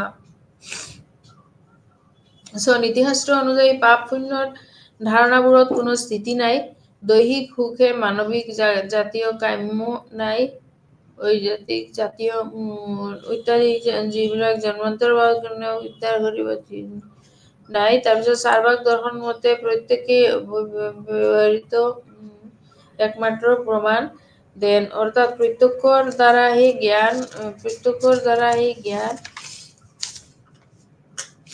হয় আৰু ন্যায় দৰ্শনৰ মূল উদ্দেশ্যই হৈছে তৰ্ক বিজ্ঞানৰ জৰিয়তে অপবৰ্গ লাভ কৰা। সাংখ্য দৰ্শনে শুদ্ধ জ্ঞানক প্ৰমা আৰু অশুদ্ধ বিৰাগক দিছে। ভাৰতৰ মাটি পানী জলবায়ু কলা সাহিত্য সংস্কৃতি ধৰ্ম আদৰ্শ বিশেষ আদিৰ ভিত্তিত গঢ়ি উঠা সভ্যতাৰ আধাৰত প্ৰতিষ্ঠিত হৈছে ভাৰতীয় দৰ্শনখন মানে ইণ্ডিয়ান ফিলচফিটো মেইনলি ডিপেণ্ডে কৰিছে কি ইণ্ডিয়াৰ মাটি পানী জলবায়ু কলা সাহিত্য সংস্কৃতি ধৰ্ম আদৰ্শ এই গোটেইবোৰ লৈ দেন অলছো তাৰপিছত ভাৰতীয় দৰ্শনৰ মানে হ'ল কেৱল এইটো হিন্দু দৰ্শন নহয় গোটেই দৰ্শনৰ লৈ আলোচনা কৰিছে। আৰু নাস্তিক দৰ্শনতে তিনিটা সম্প্ৰদায় ভাগ কৰা হৈছে। যেনেকা ফাইনেলি আমি এইখিনি কৈ পালো যে নাস্তিক দৰ্শনত তিনিটা দৰ্শনত ভাগ কৰা হৈছে আৰু এই তিনিটা দৰ্শনে হ'ল বৌদ্ধ জৈন এণ্ড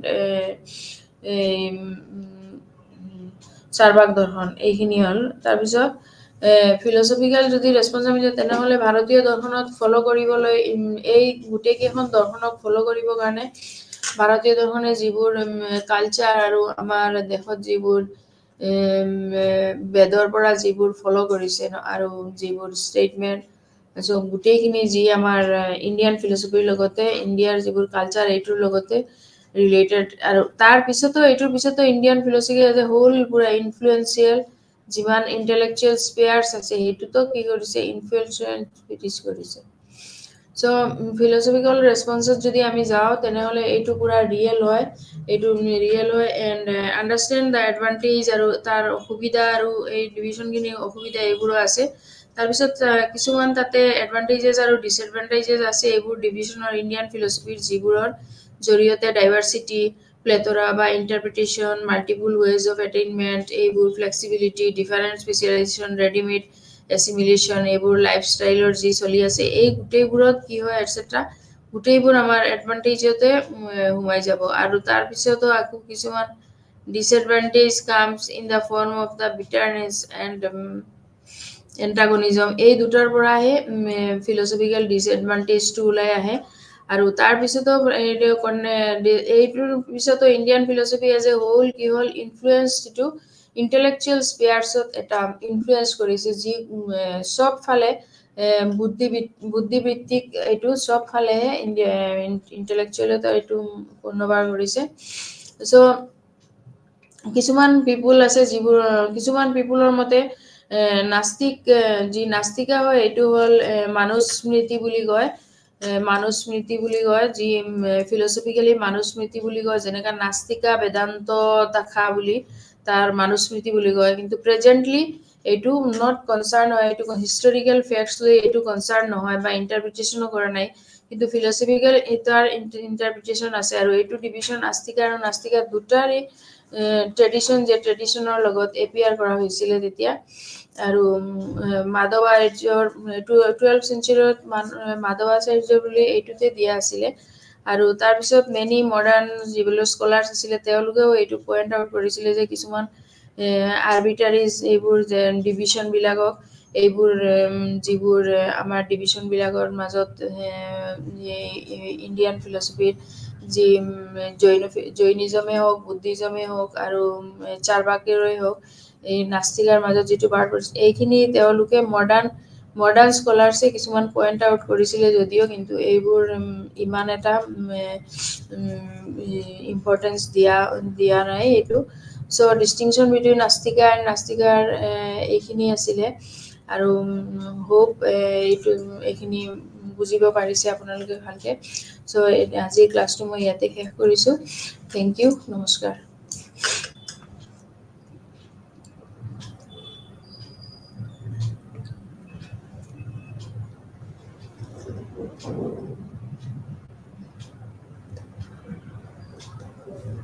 you.